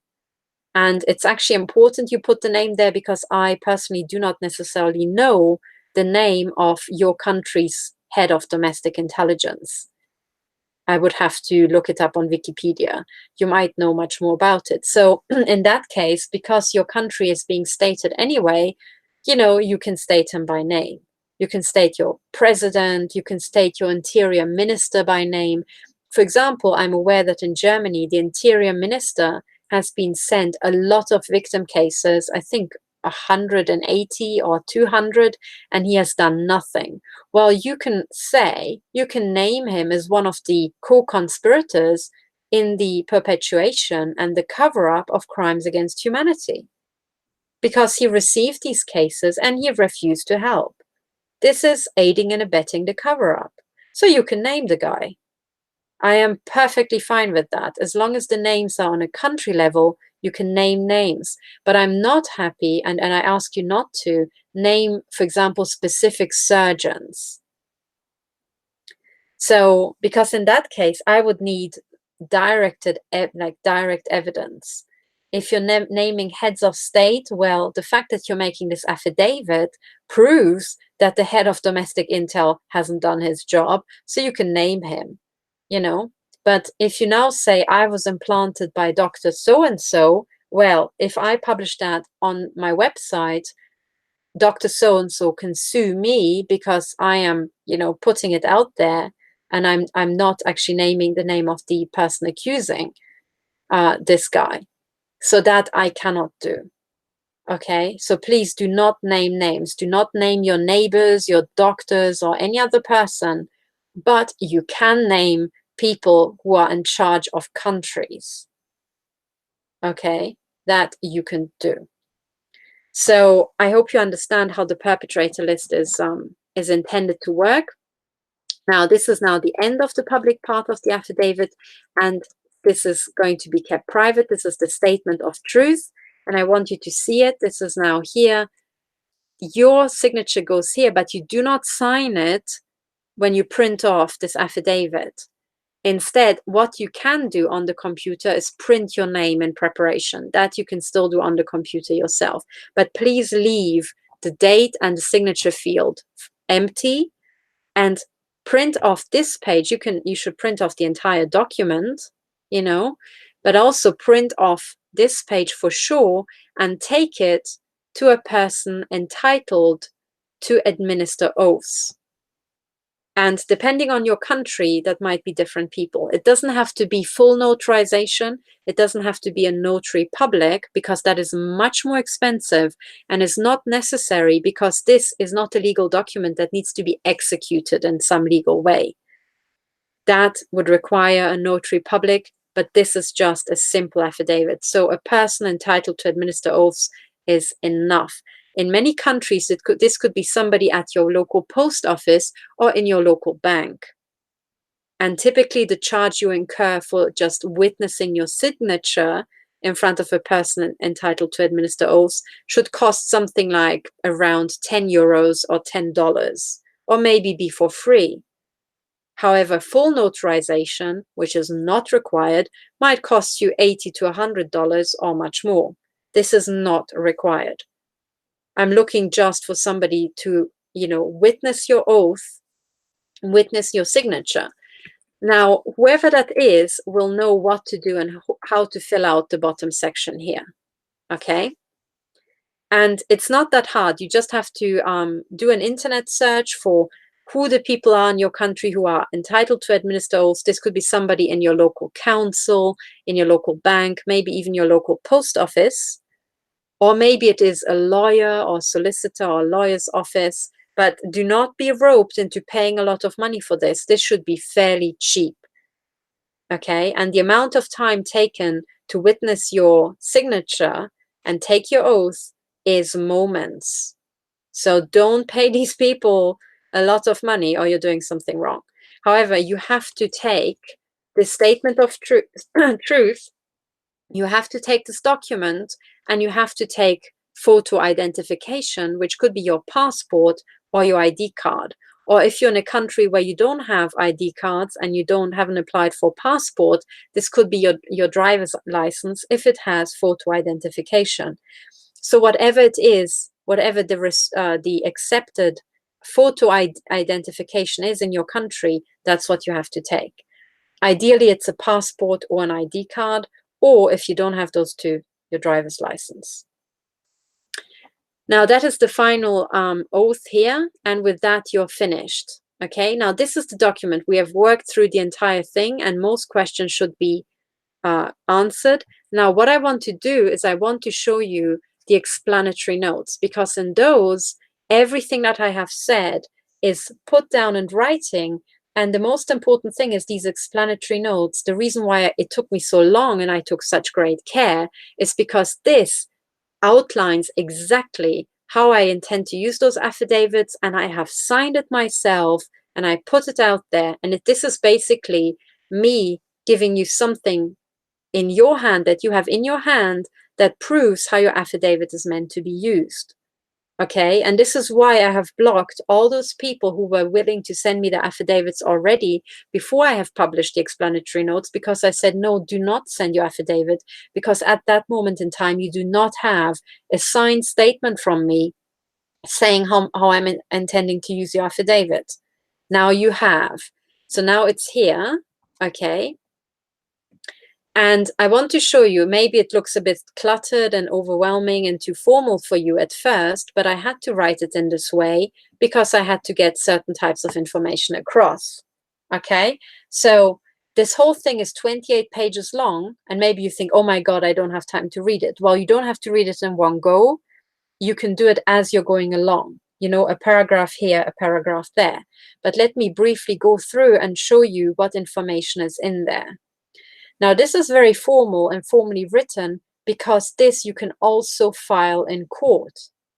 You can file it to prove that an affidavit survey is taking place because of these vast international crimes against humanity.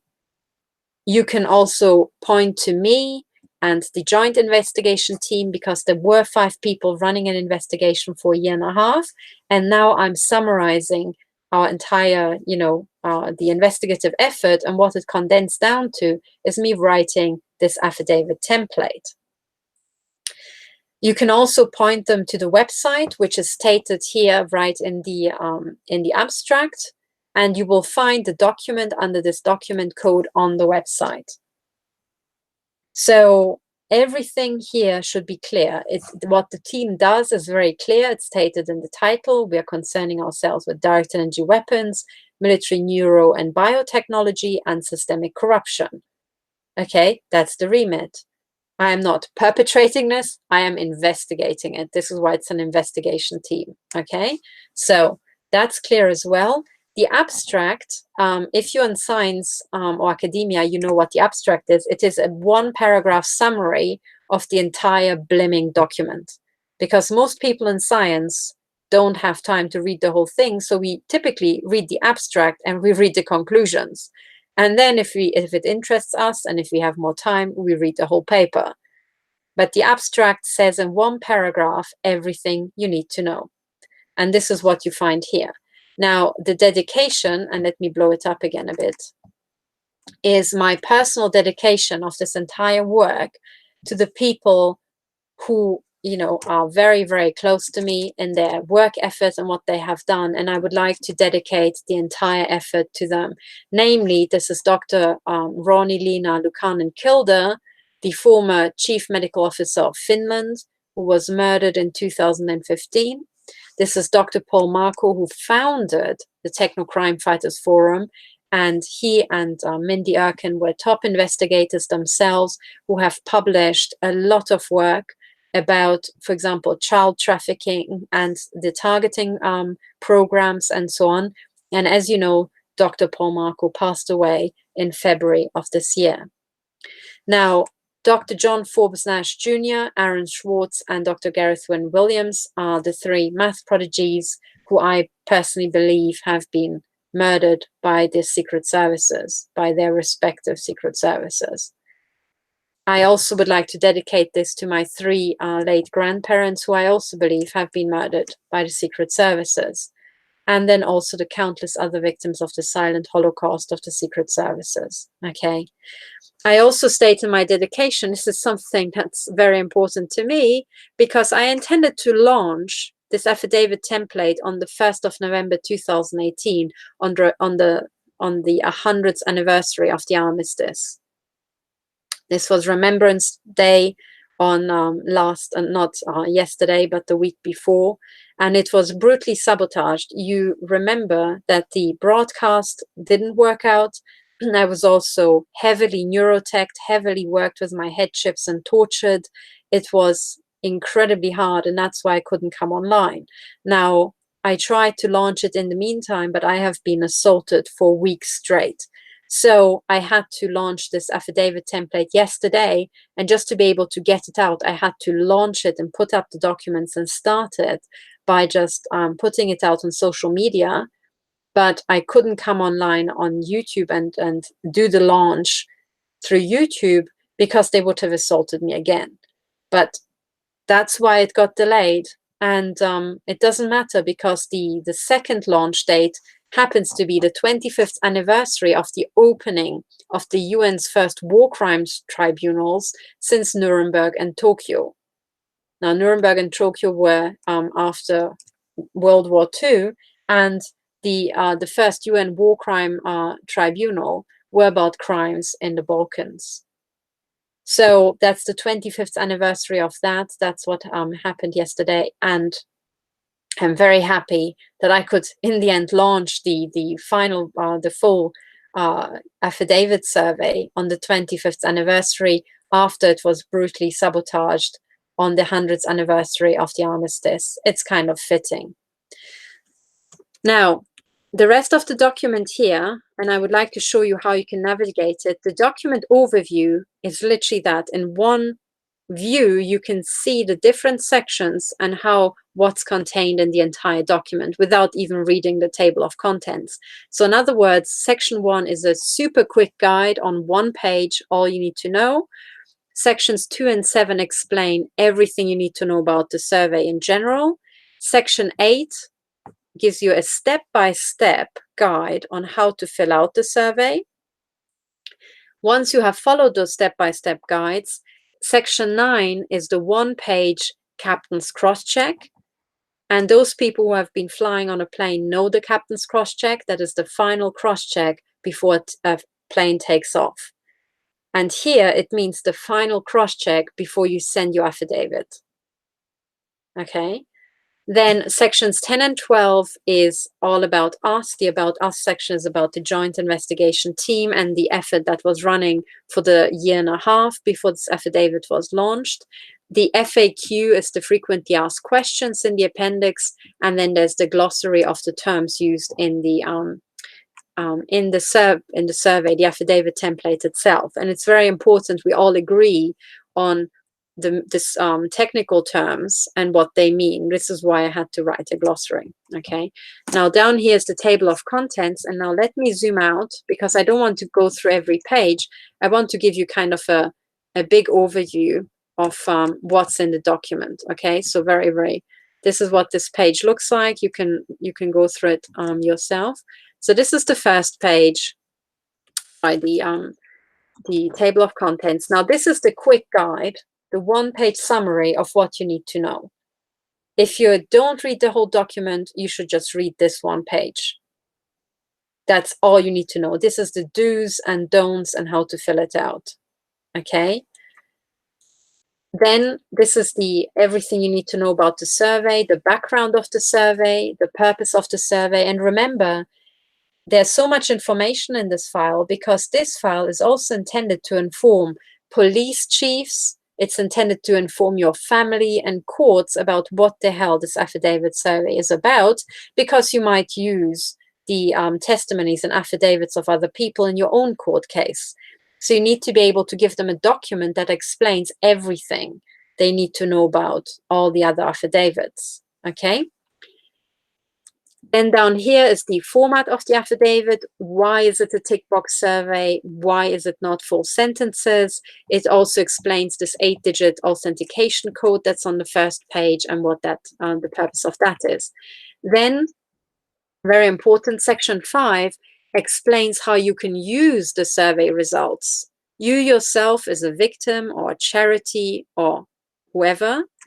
And then it also explains how you can use the affidavit template and modify it to launch your own affidavit survey. That's totally fine. But you have to acknowledge me as the author because, hey, I did all the work, right, that you're using. So you have to put in this one paragraph. If you have a modified version, this one paragraph has to appear in the modified version, pointing back to me and my website. But also know that you cannot modify the template and then submit it to me or the Joint Investigation Team, the JIT. I need the original template, very important. Then I also explain how I'm authenticating the deponents. Deponent means the people who have written the affidavit. If you submit an affidavit, you are a deponent. And that's the legal name. Now, the authentication will be with your photo ID that you should send me a scanned copy of, but I will not publish that.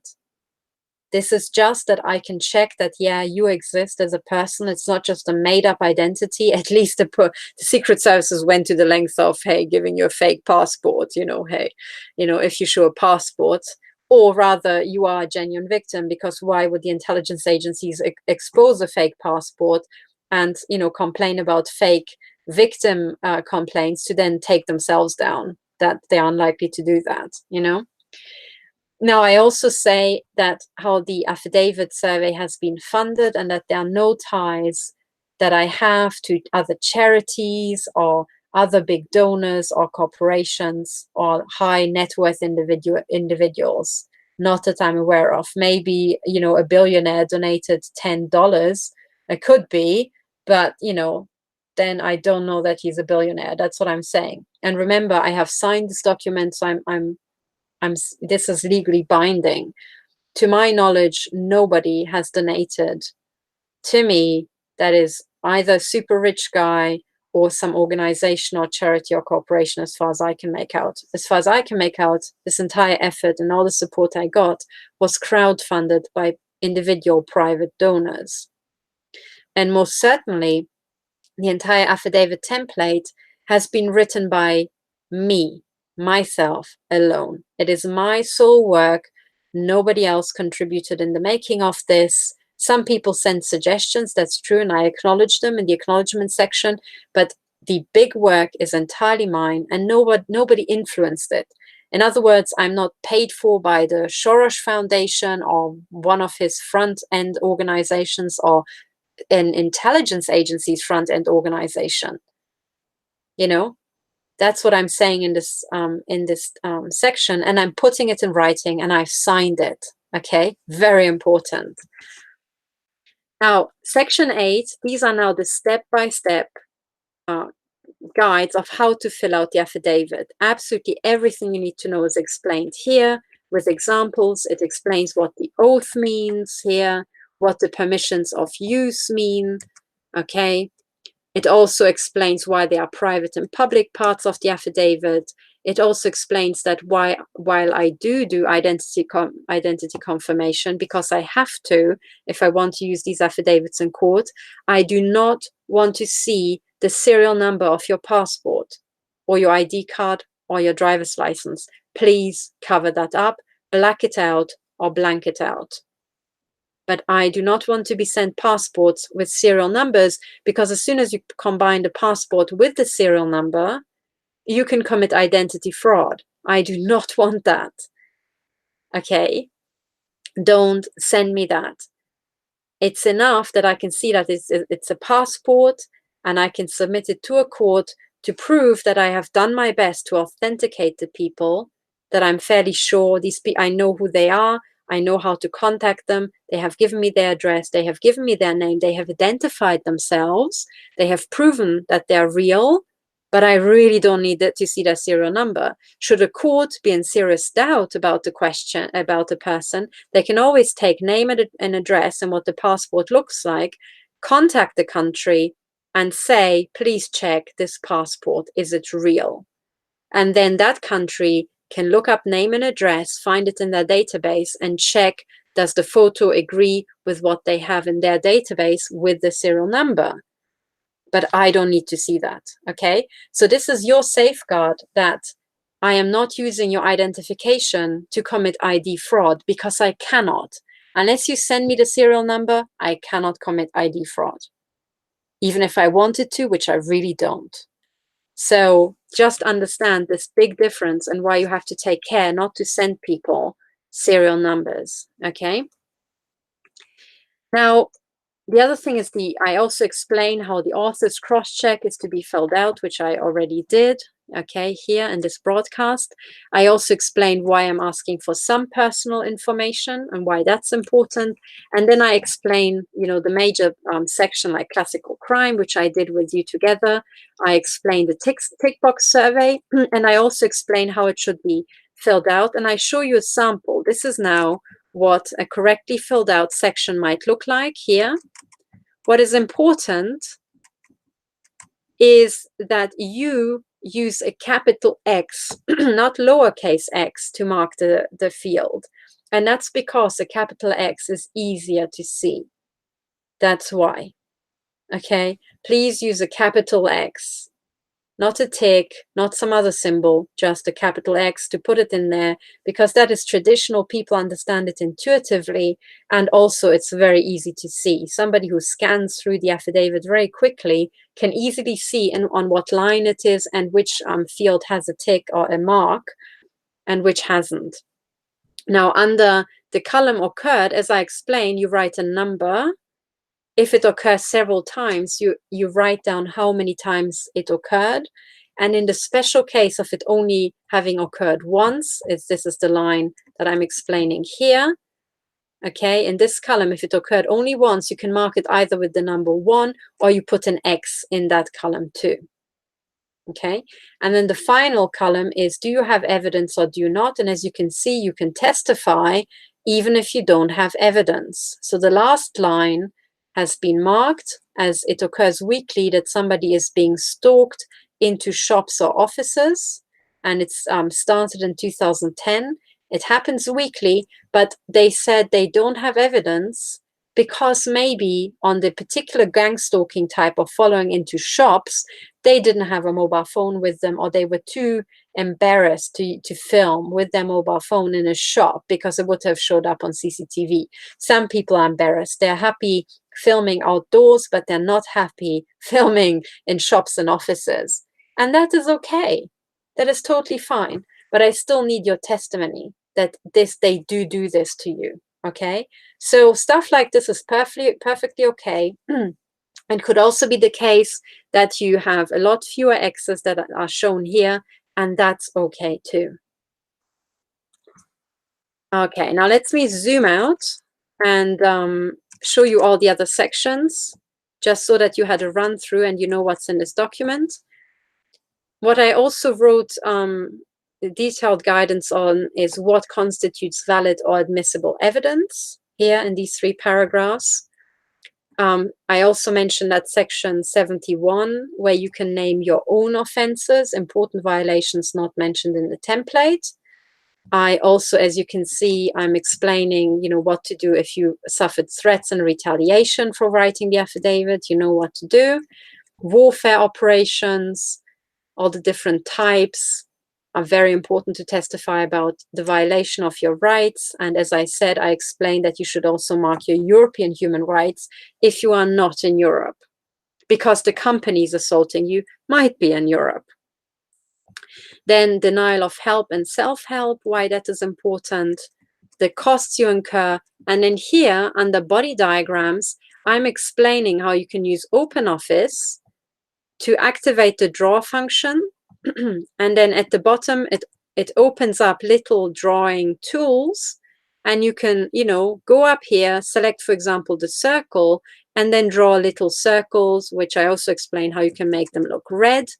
and you can put little circles on this body diagram. I'm sorry, if you're colorblind, this will probably look like black dots to you. You know, sorry, I didn't really think about colorblind people. I'm very, very sorry. So if you choose another color because you're colorblind, that's okay too. The point is that there are clearly discernible dots that also show up on black and white printouts to highlight which area of the body is being targeted. Now, I put random dots here. Don't imitate it because they're pretty random. Write down, you know, what applies to your case. And if you're a woman, please use the female body diagrams.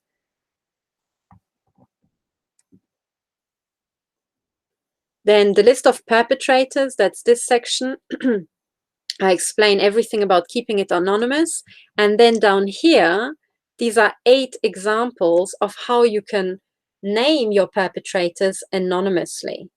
You know, so for example, if it was the chief of domestic intelligence of Germany, right? This was, what was his face again? Reinhard Maaßen, Reinhold, I think, whatever, Maaßen. It's Mr. Maaßen who, you know, has been removed from the domestic intelligence service of Germany, of the Verfassungsschutz, but you can name him by name.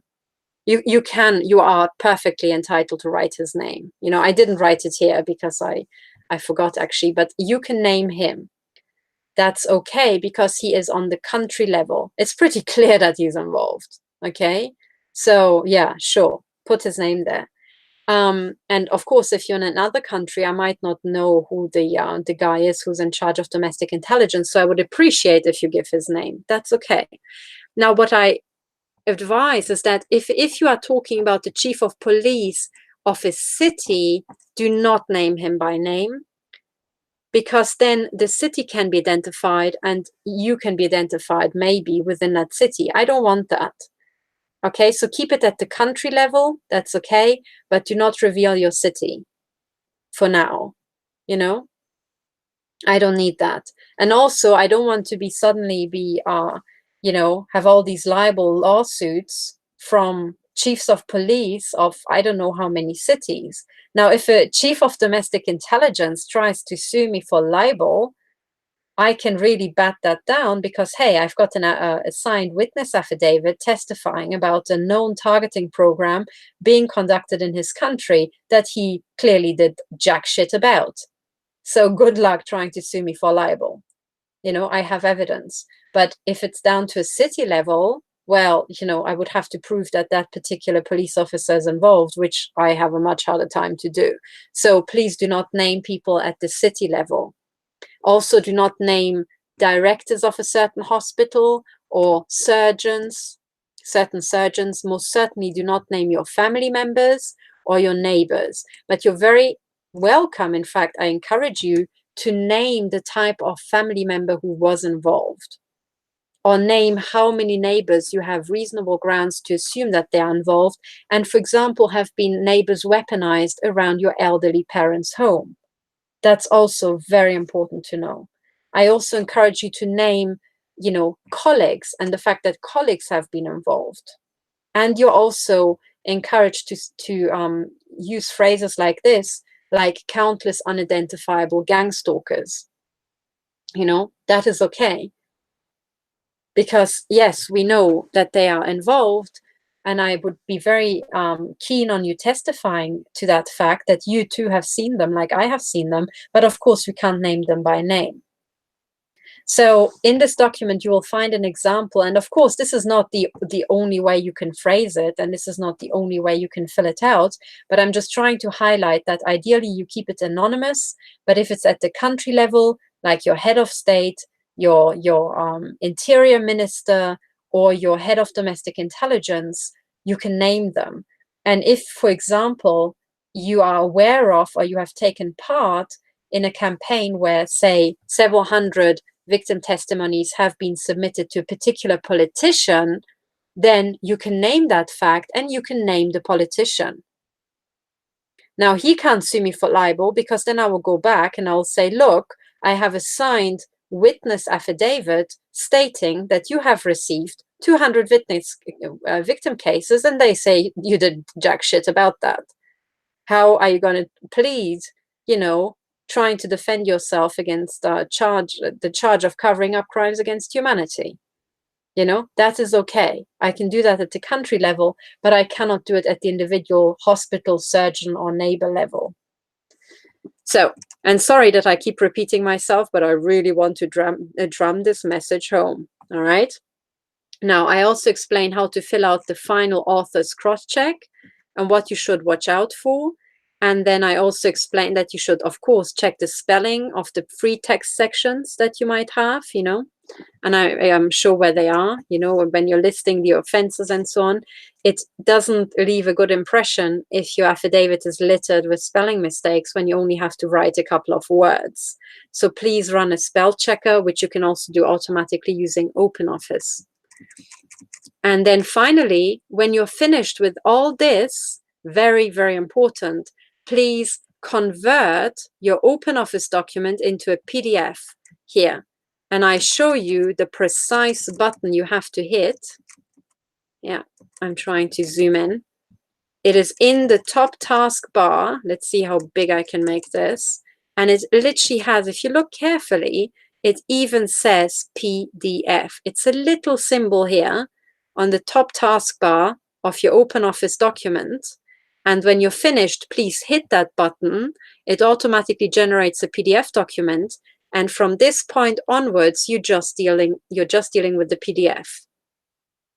But please keep your OpenOffice version backed up. Make backup copies, put it on USB sticks, burn it on CDs, give it to other people for safekeeping, you know, people whom you trust, and so on and so on. Very important. Keep backup copies. But what I want from you is the PDF version. And I specifically ask for PDF because if you send me a PDF, I can't modify it. And there's no way that by accident I hit a button and it changes the what you have written. And also, if it's a PDF version, it means that it will look the same and it will print the same way on all platforms. PDF stands for Portable Document Format. That is the beauty of a PDF, okay? But most importantly, I can also not mess it up by accident, right? So please don't send me OpenOffice versions, send me PDF versions. Then here is the statement of truth, and I explain to you in great detail in, you know, less than a page how you can get your statement of truth, how you sign it before witness, and what type of witness it has to be. It's all explained here. And then I say, once you have signed it before witness entitled to administer oaths, and he signed his bit, and maybe he stamped it or whatever the hell he needs to do on top of that, that's fine. You take that page and then you scan it. Okay, you scan it back in. And when you scan it back in, please do not scan it as a JPEG or some other image format. Scan it into a PDF. And if you don't know how to, if you don't have a scanner, or you don't know how to operate your scanner to turn it into a PDF, just please pop into a copy shop with that one page and say in a copy shop, please scan that to PDF, and they will do that. And they will give you either a CD, or if you go with a USB stick, they'll put it on your USB stick. And then you have the PDF format. But please do use copy shops. They exist everywhere around the world. They are very cheap and they can get the stuff done for you. Okay, but very important, scan your signature and the witnessing by the person entitled to administer oaths, scan it into a PDF format, and then you send it along with your testimony. You do not have to scan the entire 94 pages of your testimony. There's no point, because you already turned it into a PDF using OpenOffice. And the only thing I need is that you basically turn the major document into a PDF, and then you scan the last page and you send me all that. It's okay if your signature is in a separate file, because you send the two together and you send your version. So I can always prove that, you know, it's that version that you have testified or that you have certified to, okay? But then, of course, make sure that you send me the PDF, which is exactly the PDF that your statement of truth applies to, okay? So you have to be intelligent enough not to cock that up, but I trust that you are. Now, this is the final page. This is the captain's cross-check on page 19. And when you got here, you're finished pretty much, okay? The remaining 10 pages are just FAQs and the glossary. And now the captain's cross-check, and I encourage you to print it off and tick it off by hand, not on the computer. You know, print off this one page, and it says everything that you need to check. So number one, very important, you have spent enough time on every section of the affidavit, and you didn't neglect the later sections.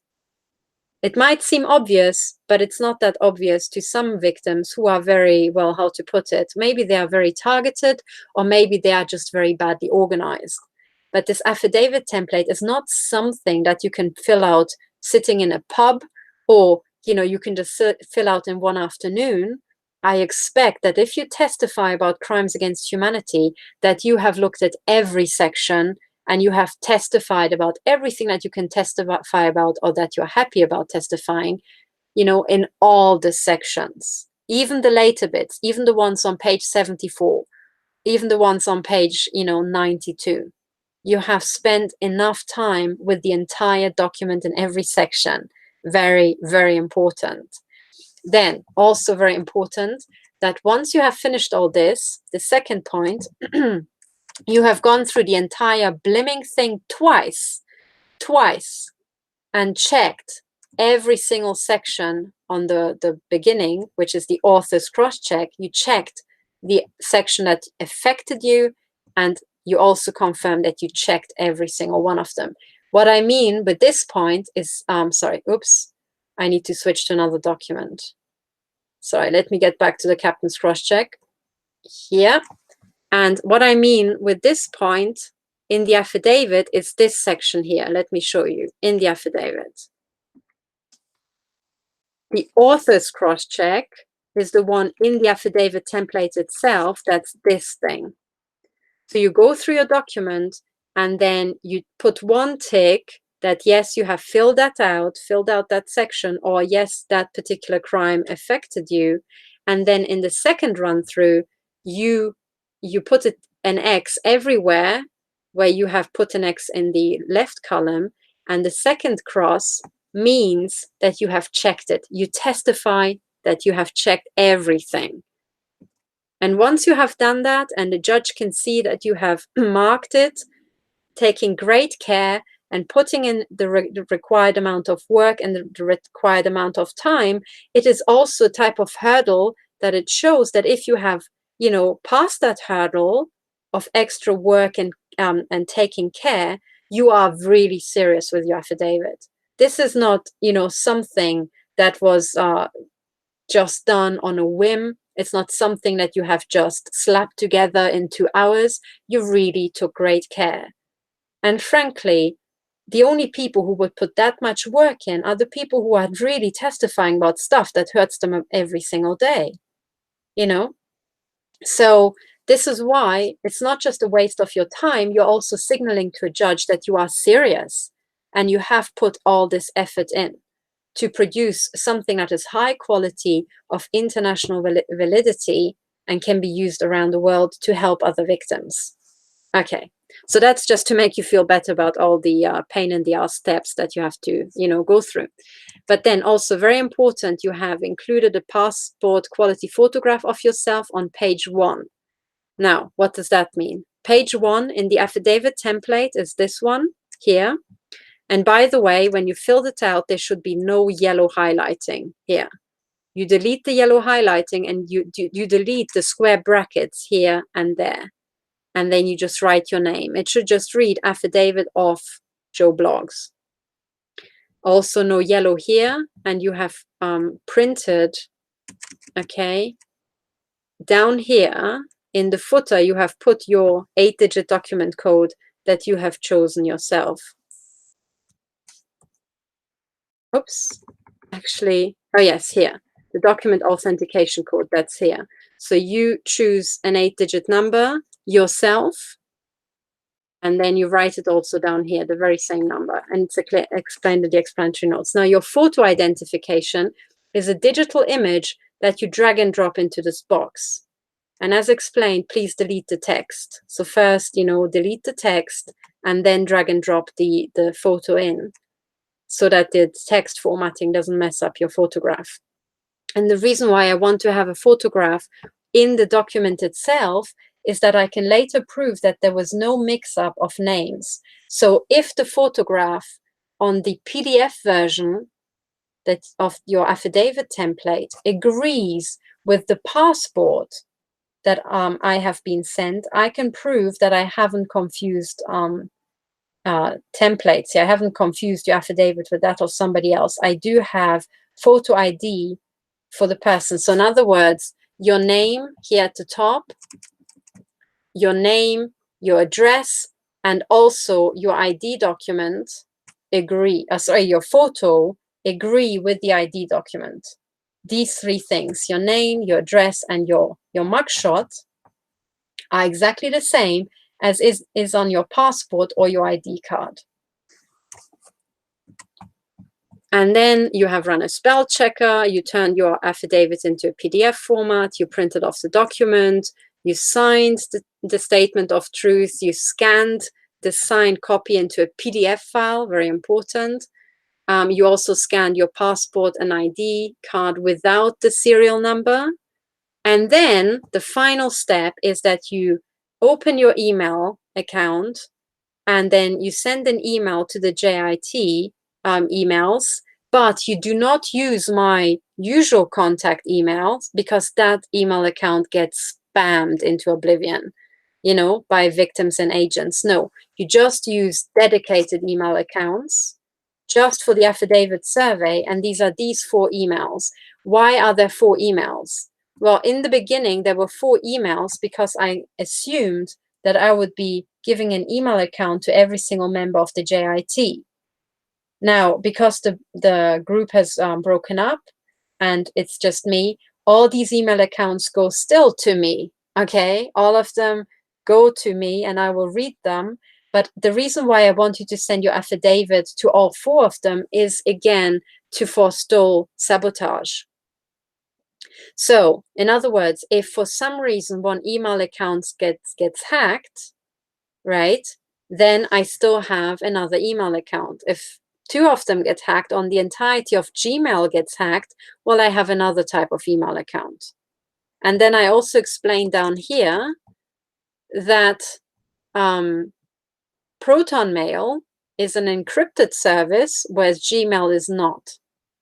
Now, it's great that Proton Mail is encrypted, which means that they keep their data encrypted on their servers. That's wonderful. But the problem is that if a hacker hacks in and changes the password, I can't access it, and nor can the IT team because they don't have the encryption key. In other words, I can never, ever recover my emails. Now, that's a bit of a bummer, is it not? And for this reason, I also have a Gmail. Now, of course, you can say, yes, but Gmail, Google, wasn't that set up by the CIA? Yes, of course, it has been set up by the CIA. But then again, every single time you send an email, it's going to be stored together with the content by the NSA. So what the heck do we care, right? The point of Gmail is that they do give us a lot of free storage.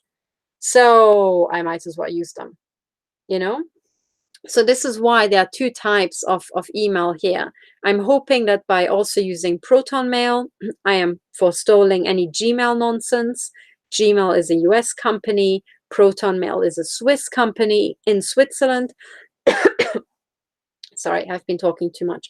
But also, Proton Mail has been set up by CERN people. And then you can go, oh, this is CERN, and Gmail is, oh my God, it's the CIA. Yeah, I know, okay? But then again, most email providers are now completely linked up to the NSA.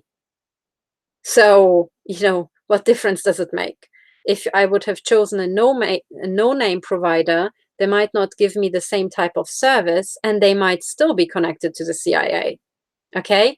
And also know that as soon as you write something as a victim on a computer, and especially as a victim, your entire life is monitored. Everything you send online is being monitored and is being pulled into one big AI system. So you should be the least worried people about this sort of stuff, okay? Because our lives are already so surveyed and so exposed, you know?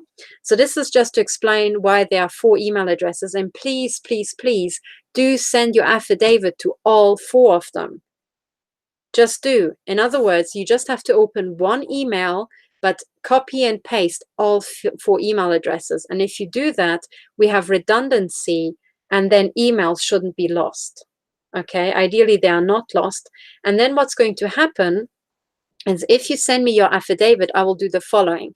I will receive these affidavits, which will look like that, with photographs here and no yellow, and then numbers here and numbers there, and I will receive all these PDF files. What I'm going to do is I'm going to check that the name, the address, and the mugshot, the photo, is matching up with the one on the passport. And this is why you should send me photos that actually agree with your passport, you know, so make them look as similar as you can. Very important. And the photo that you stick here has to be passport grade, so a very clear image. You can take one with your webcam, but then it has to show you very clearly. Okay. So what I'm going to do is I'm going to then check that these details, these 3 details, name, address, and mugshot, agree with the name, address, and photo on your passport or ID card. And then I will say, okay, I have reasonable grounds to believe that this is a genuine affidavit from a person. And then I'm also going to skip to the last page here. And it will be in one PDF document, it will be blank, but then there should be a second document that you send me, which is the scanned copy of your of the signed statement of truth. Okay.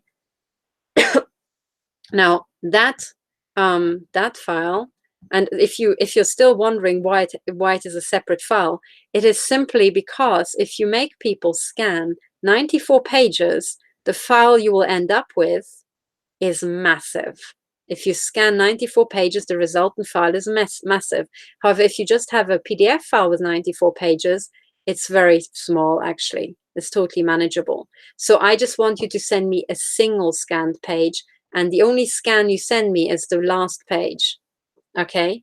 This signed and witnessed statement of truth. I'm going to look at that. I'm going to check that it looks reasonable. It looks like it has been really witnessed by somebody. You know, typically there should be a stamp. The person should identify themselves. And if it looks okay, I'll say, okay, fine, this is a genuine affidavit. And then I'm going to strip the last page here. And I'm going to strip the first page with your name and address. And I'm going to create a new PDF from this, which is very easy to do. I'm just going to, you know, print this PDF into another PDF without the first and the last page. And then what I'm going to do is I'm going to take that anonymous document, which then will start here and it will end here, right? So this is the end of the public part. So the last page will be this one, this anonymous perpetrator list. And that reduced PDF document, I'm going to upload online. And I'm going to upload it on the Joint Investigation Team website and on my website, stop007.org. So again, that I have redundancy and, you know, one website isn't just taken down willy-nilly by somebody. And then what you can do is, because you're the only person who knows the 8-digit code here in the bottom left, because you picked it yourself, as soon as you write it on one page in the footer, it appears on all pages in the footer. Okay, so what you can do is you can look at this, my website, after you submitted your affidavit template, and then you can, I will, you know, order all the affidavits in the ordering of these numbers here.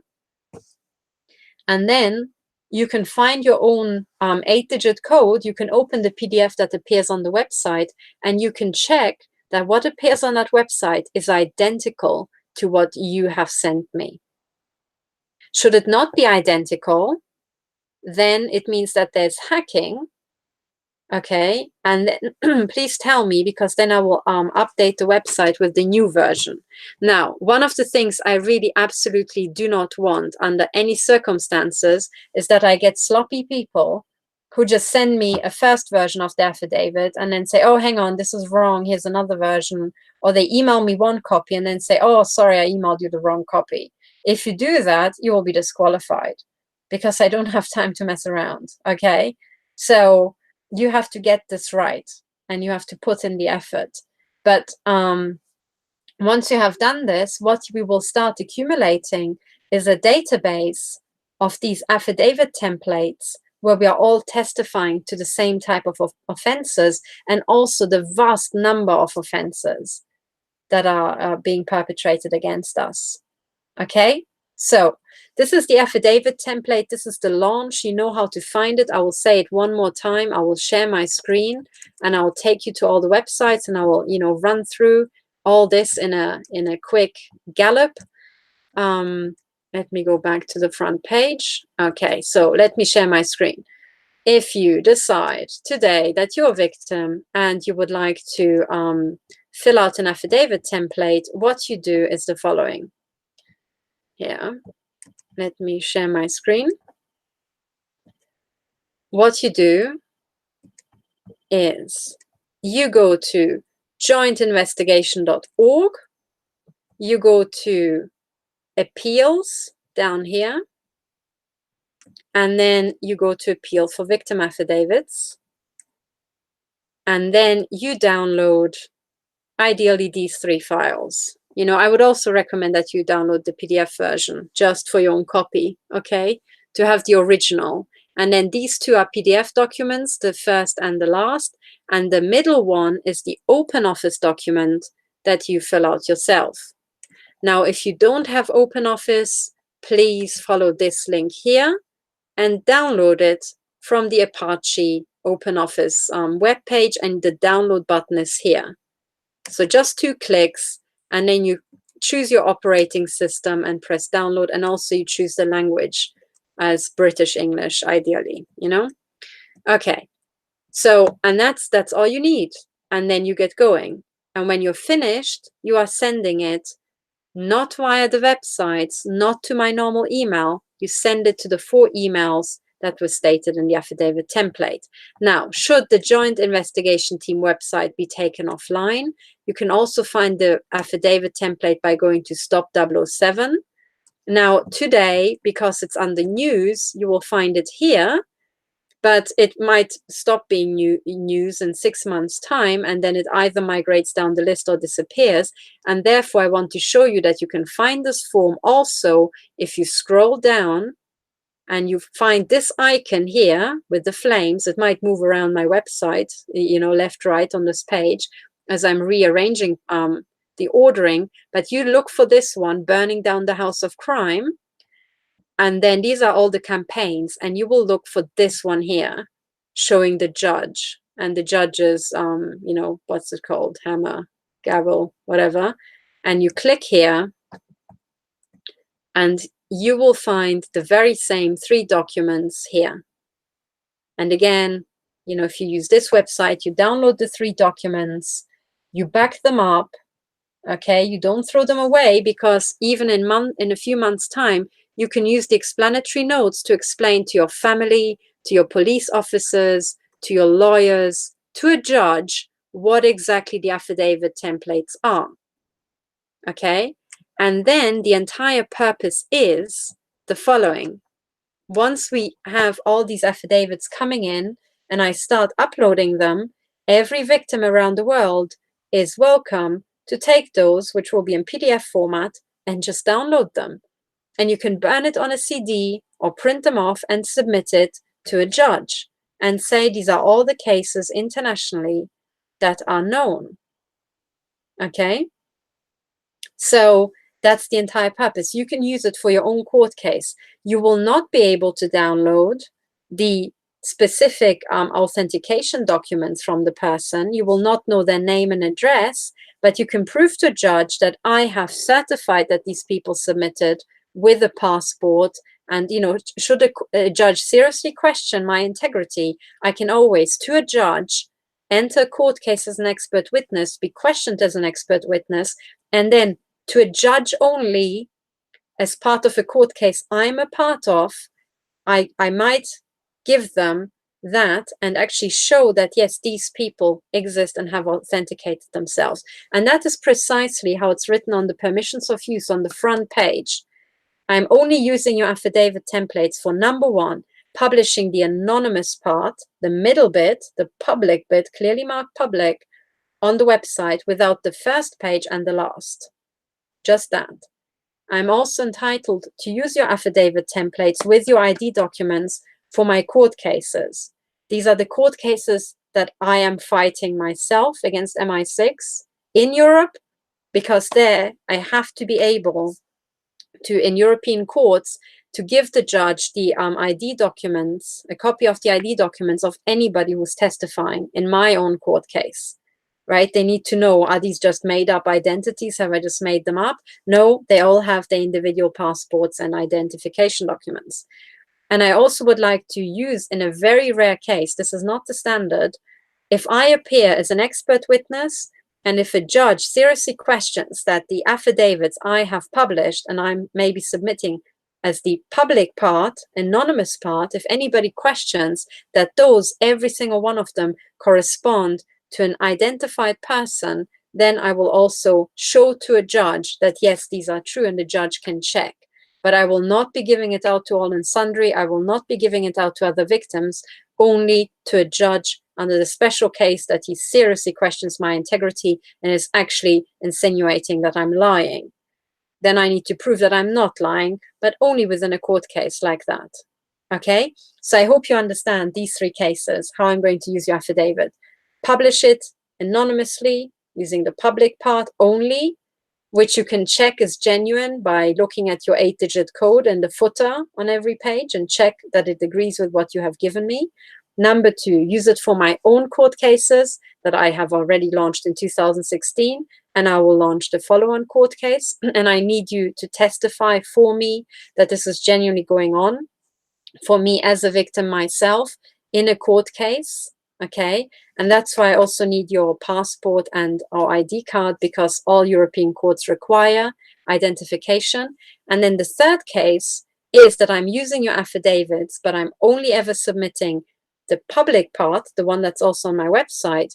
And in the special case of a judge questioning that I have checked all those affidavits and they come from genuine people, I need to be able to show again that every affidavit that I'm using to base my statements on has come with identity documentation. But in that case, that entire batch only goes to the judge to prove that I'm not lying. It doesn't go to other victims. It ideally doesn't go to lawyers. It shouldn't go. It should go to the judge, because it would be between him and or her and me, or the judges and me, because they are saying I might be lying and I want to check I'm saying the truth. I need to prove that. And these are the three cases only that I'm going to use your affidavit. So that's the entire remit. And I'm very grateful that some people already said, I mean, they've been waiting, you know, for a long time saying, I'm ready, I want to send this to you. And I'm sorry I had to delay you. I'm sorry I have to make you transfer your data to a new file. I'm very sorry. It will waste 2 hours of your life, but please, please, please have the strength and patience to transfer your data to the new format, which will not change anymore. That's it. And hopefully this new streamlined affidavit template and what we do with it will make history. And this entire effort of blowing it wide open together, putting all our affidavits next to each other, it should be a world premiere, really, in this structured way to prove things that are otherwise unprovable. This is a first in history, really, as far as I'm aware. And please help me that we are, you know, fighting these global genocide programs, this global Holocaust. It is highly, highly urgent. So thank you very much for listening and working all this stuff through with me. And yes, with this, I declare the affidavit survey launched. And I'm looking forward to getting your affidavits, and I continue to help victims and prepare court cases. And the next court case will be in France. So this is really for actual live court cases, and to be able to testify about, you know, the fact that these programs are going on around the world. This is what this is for. Thank you very much for listening, and bye for now.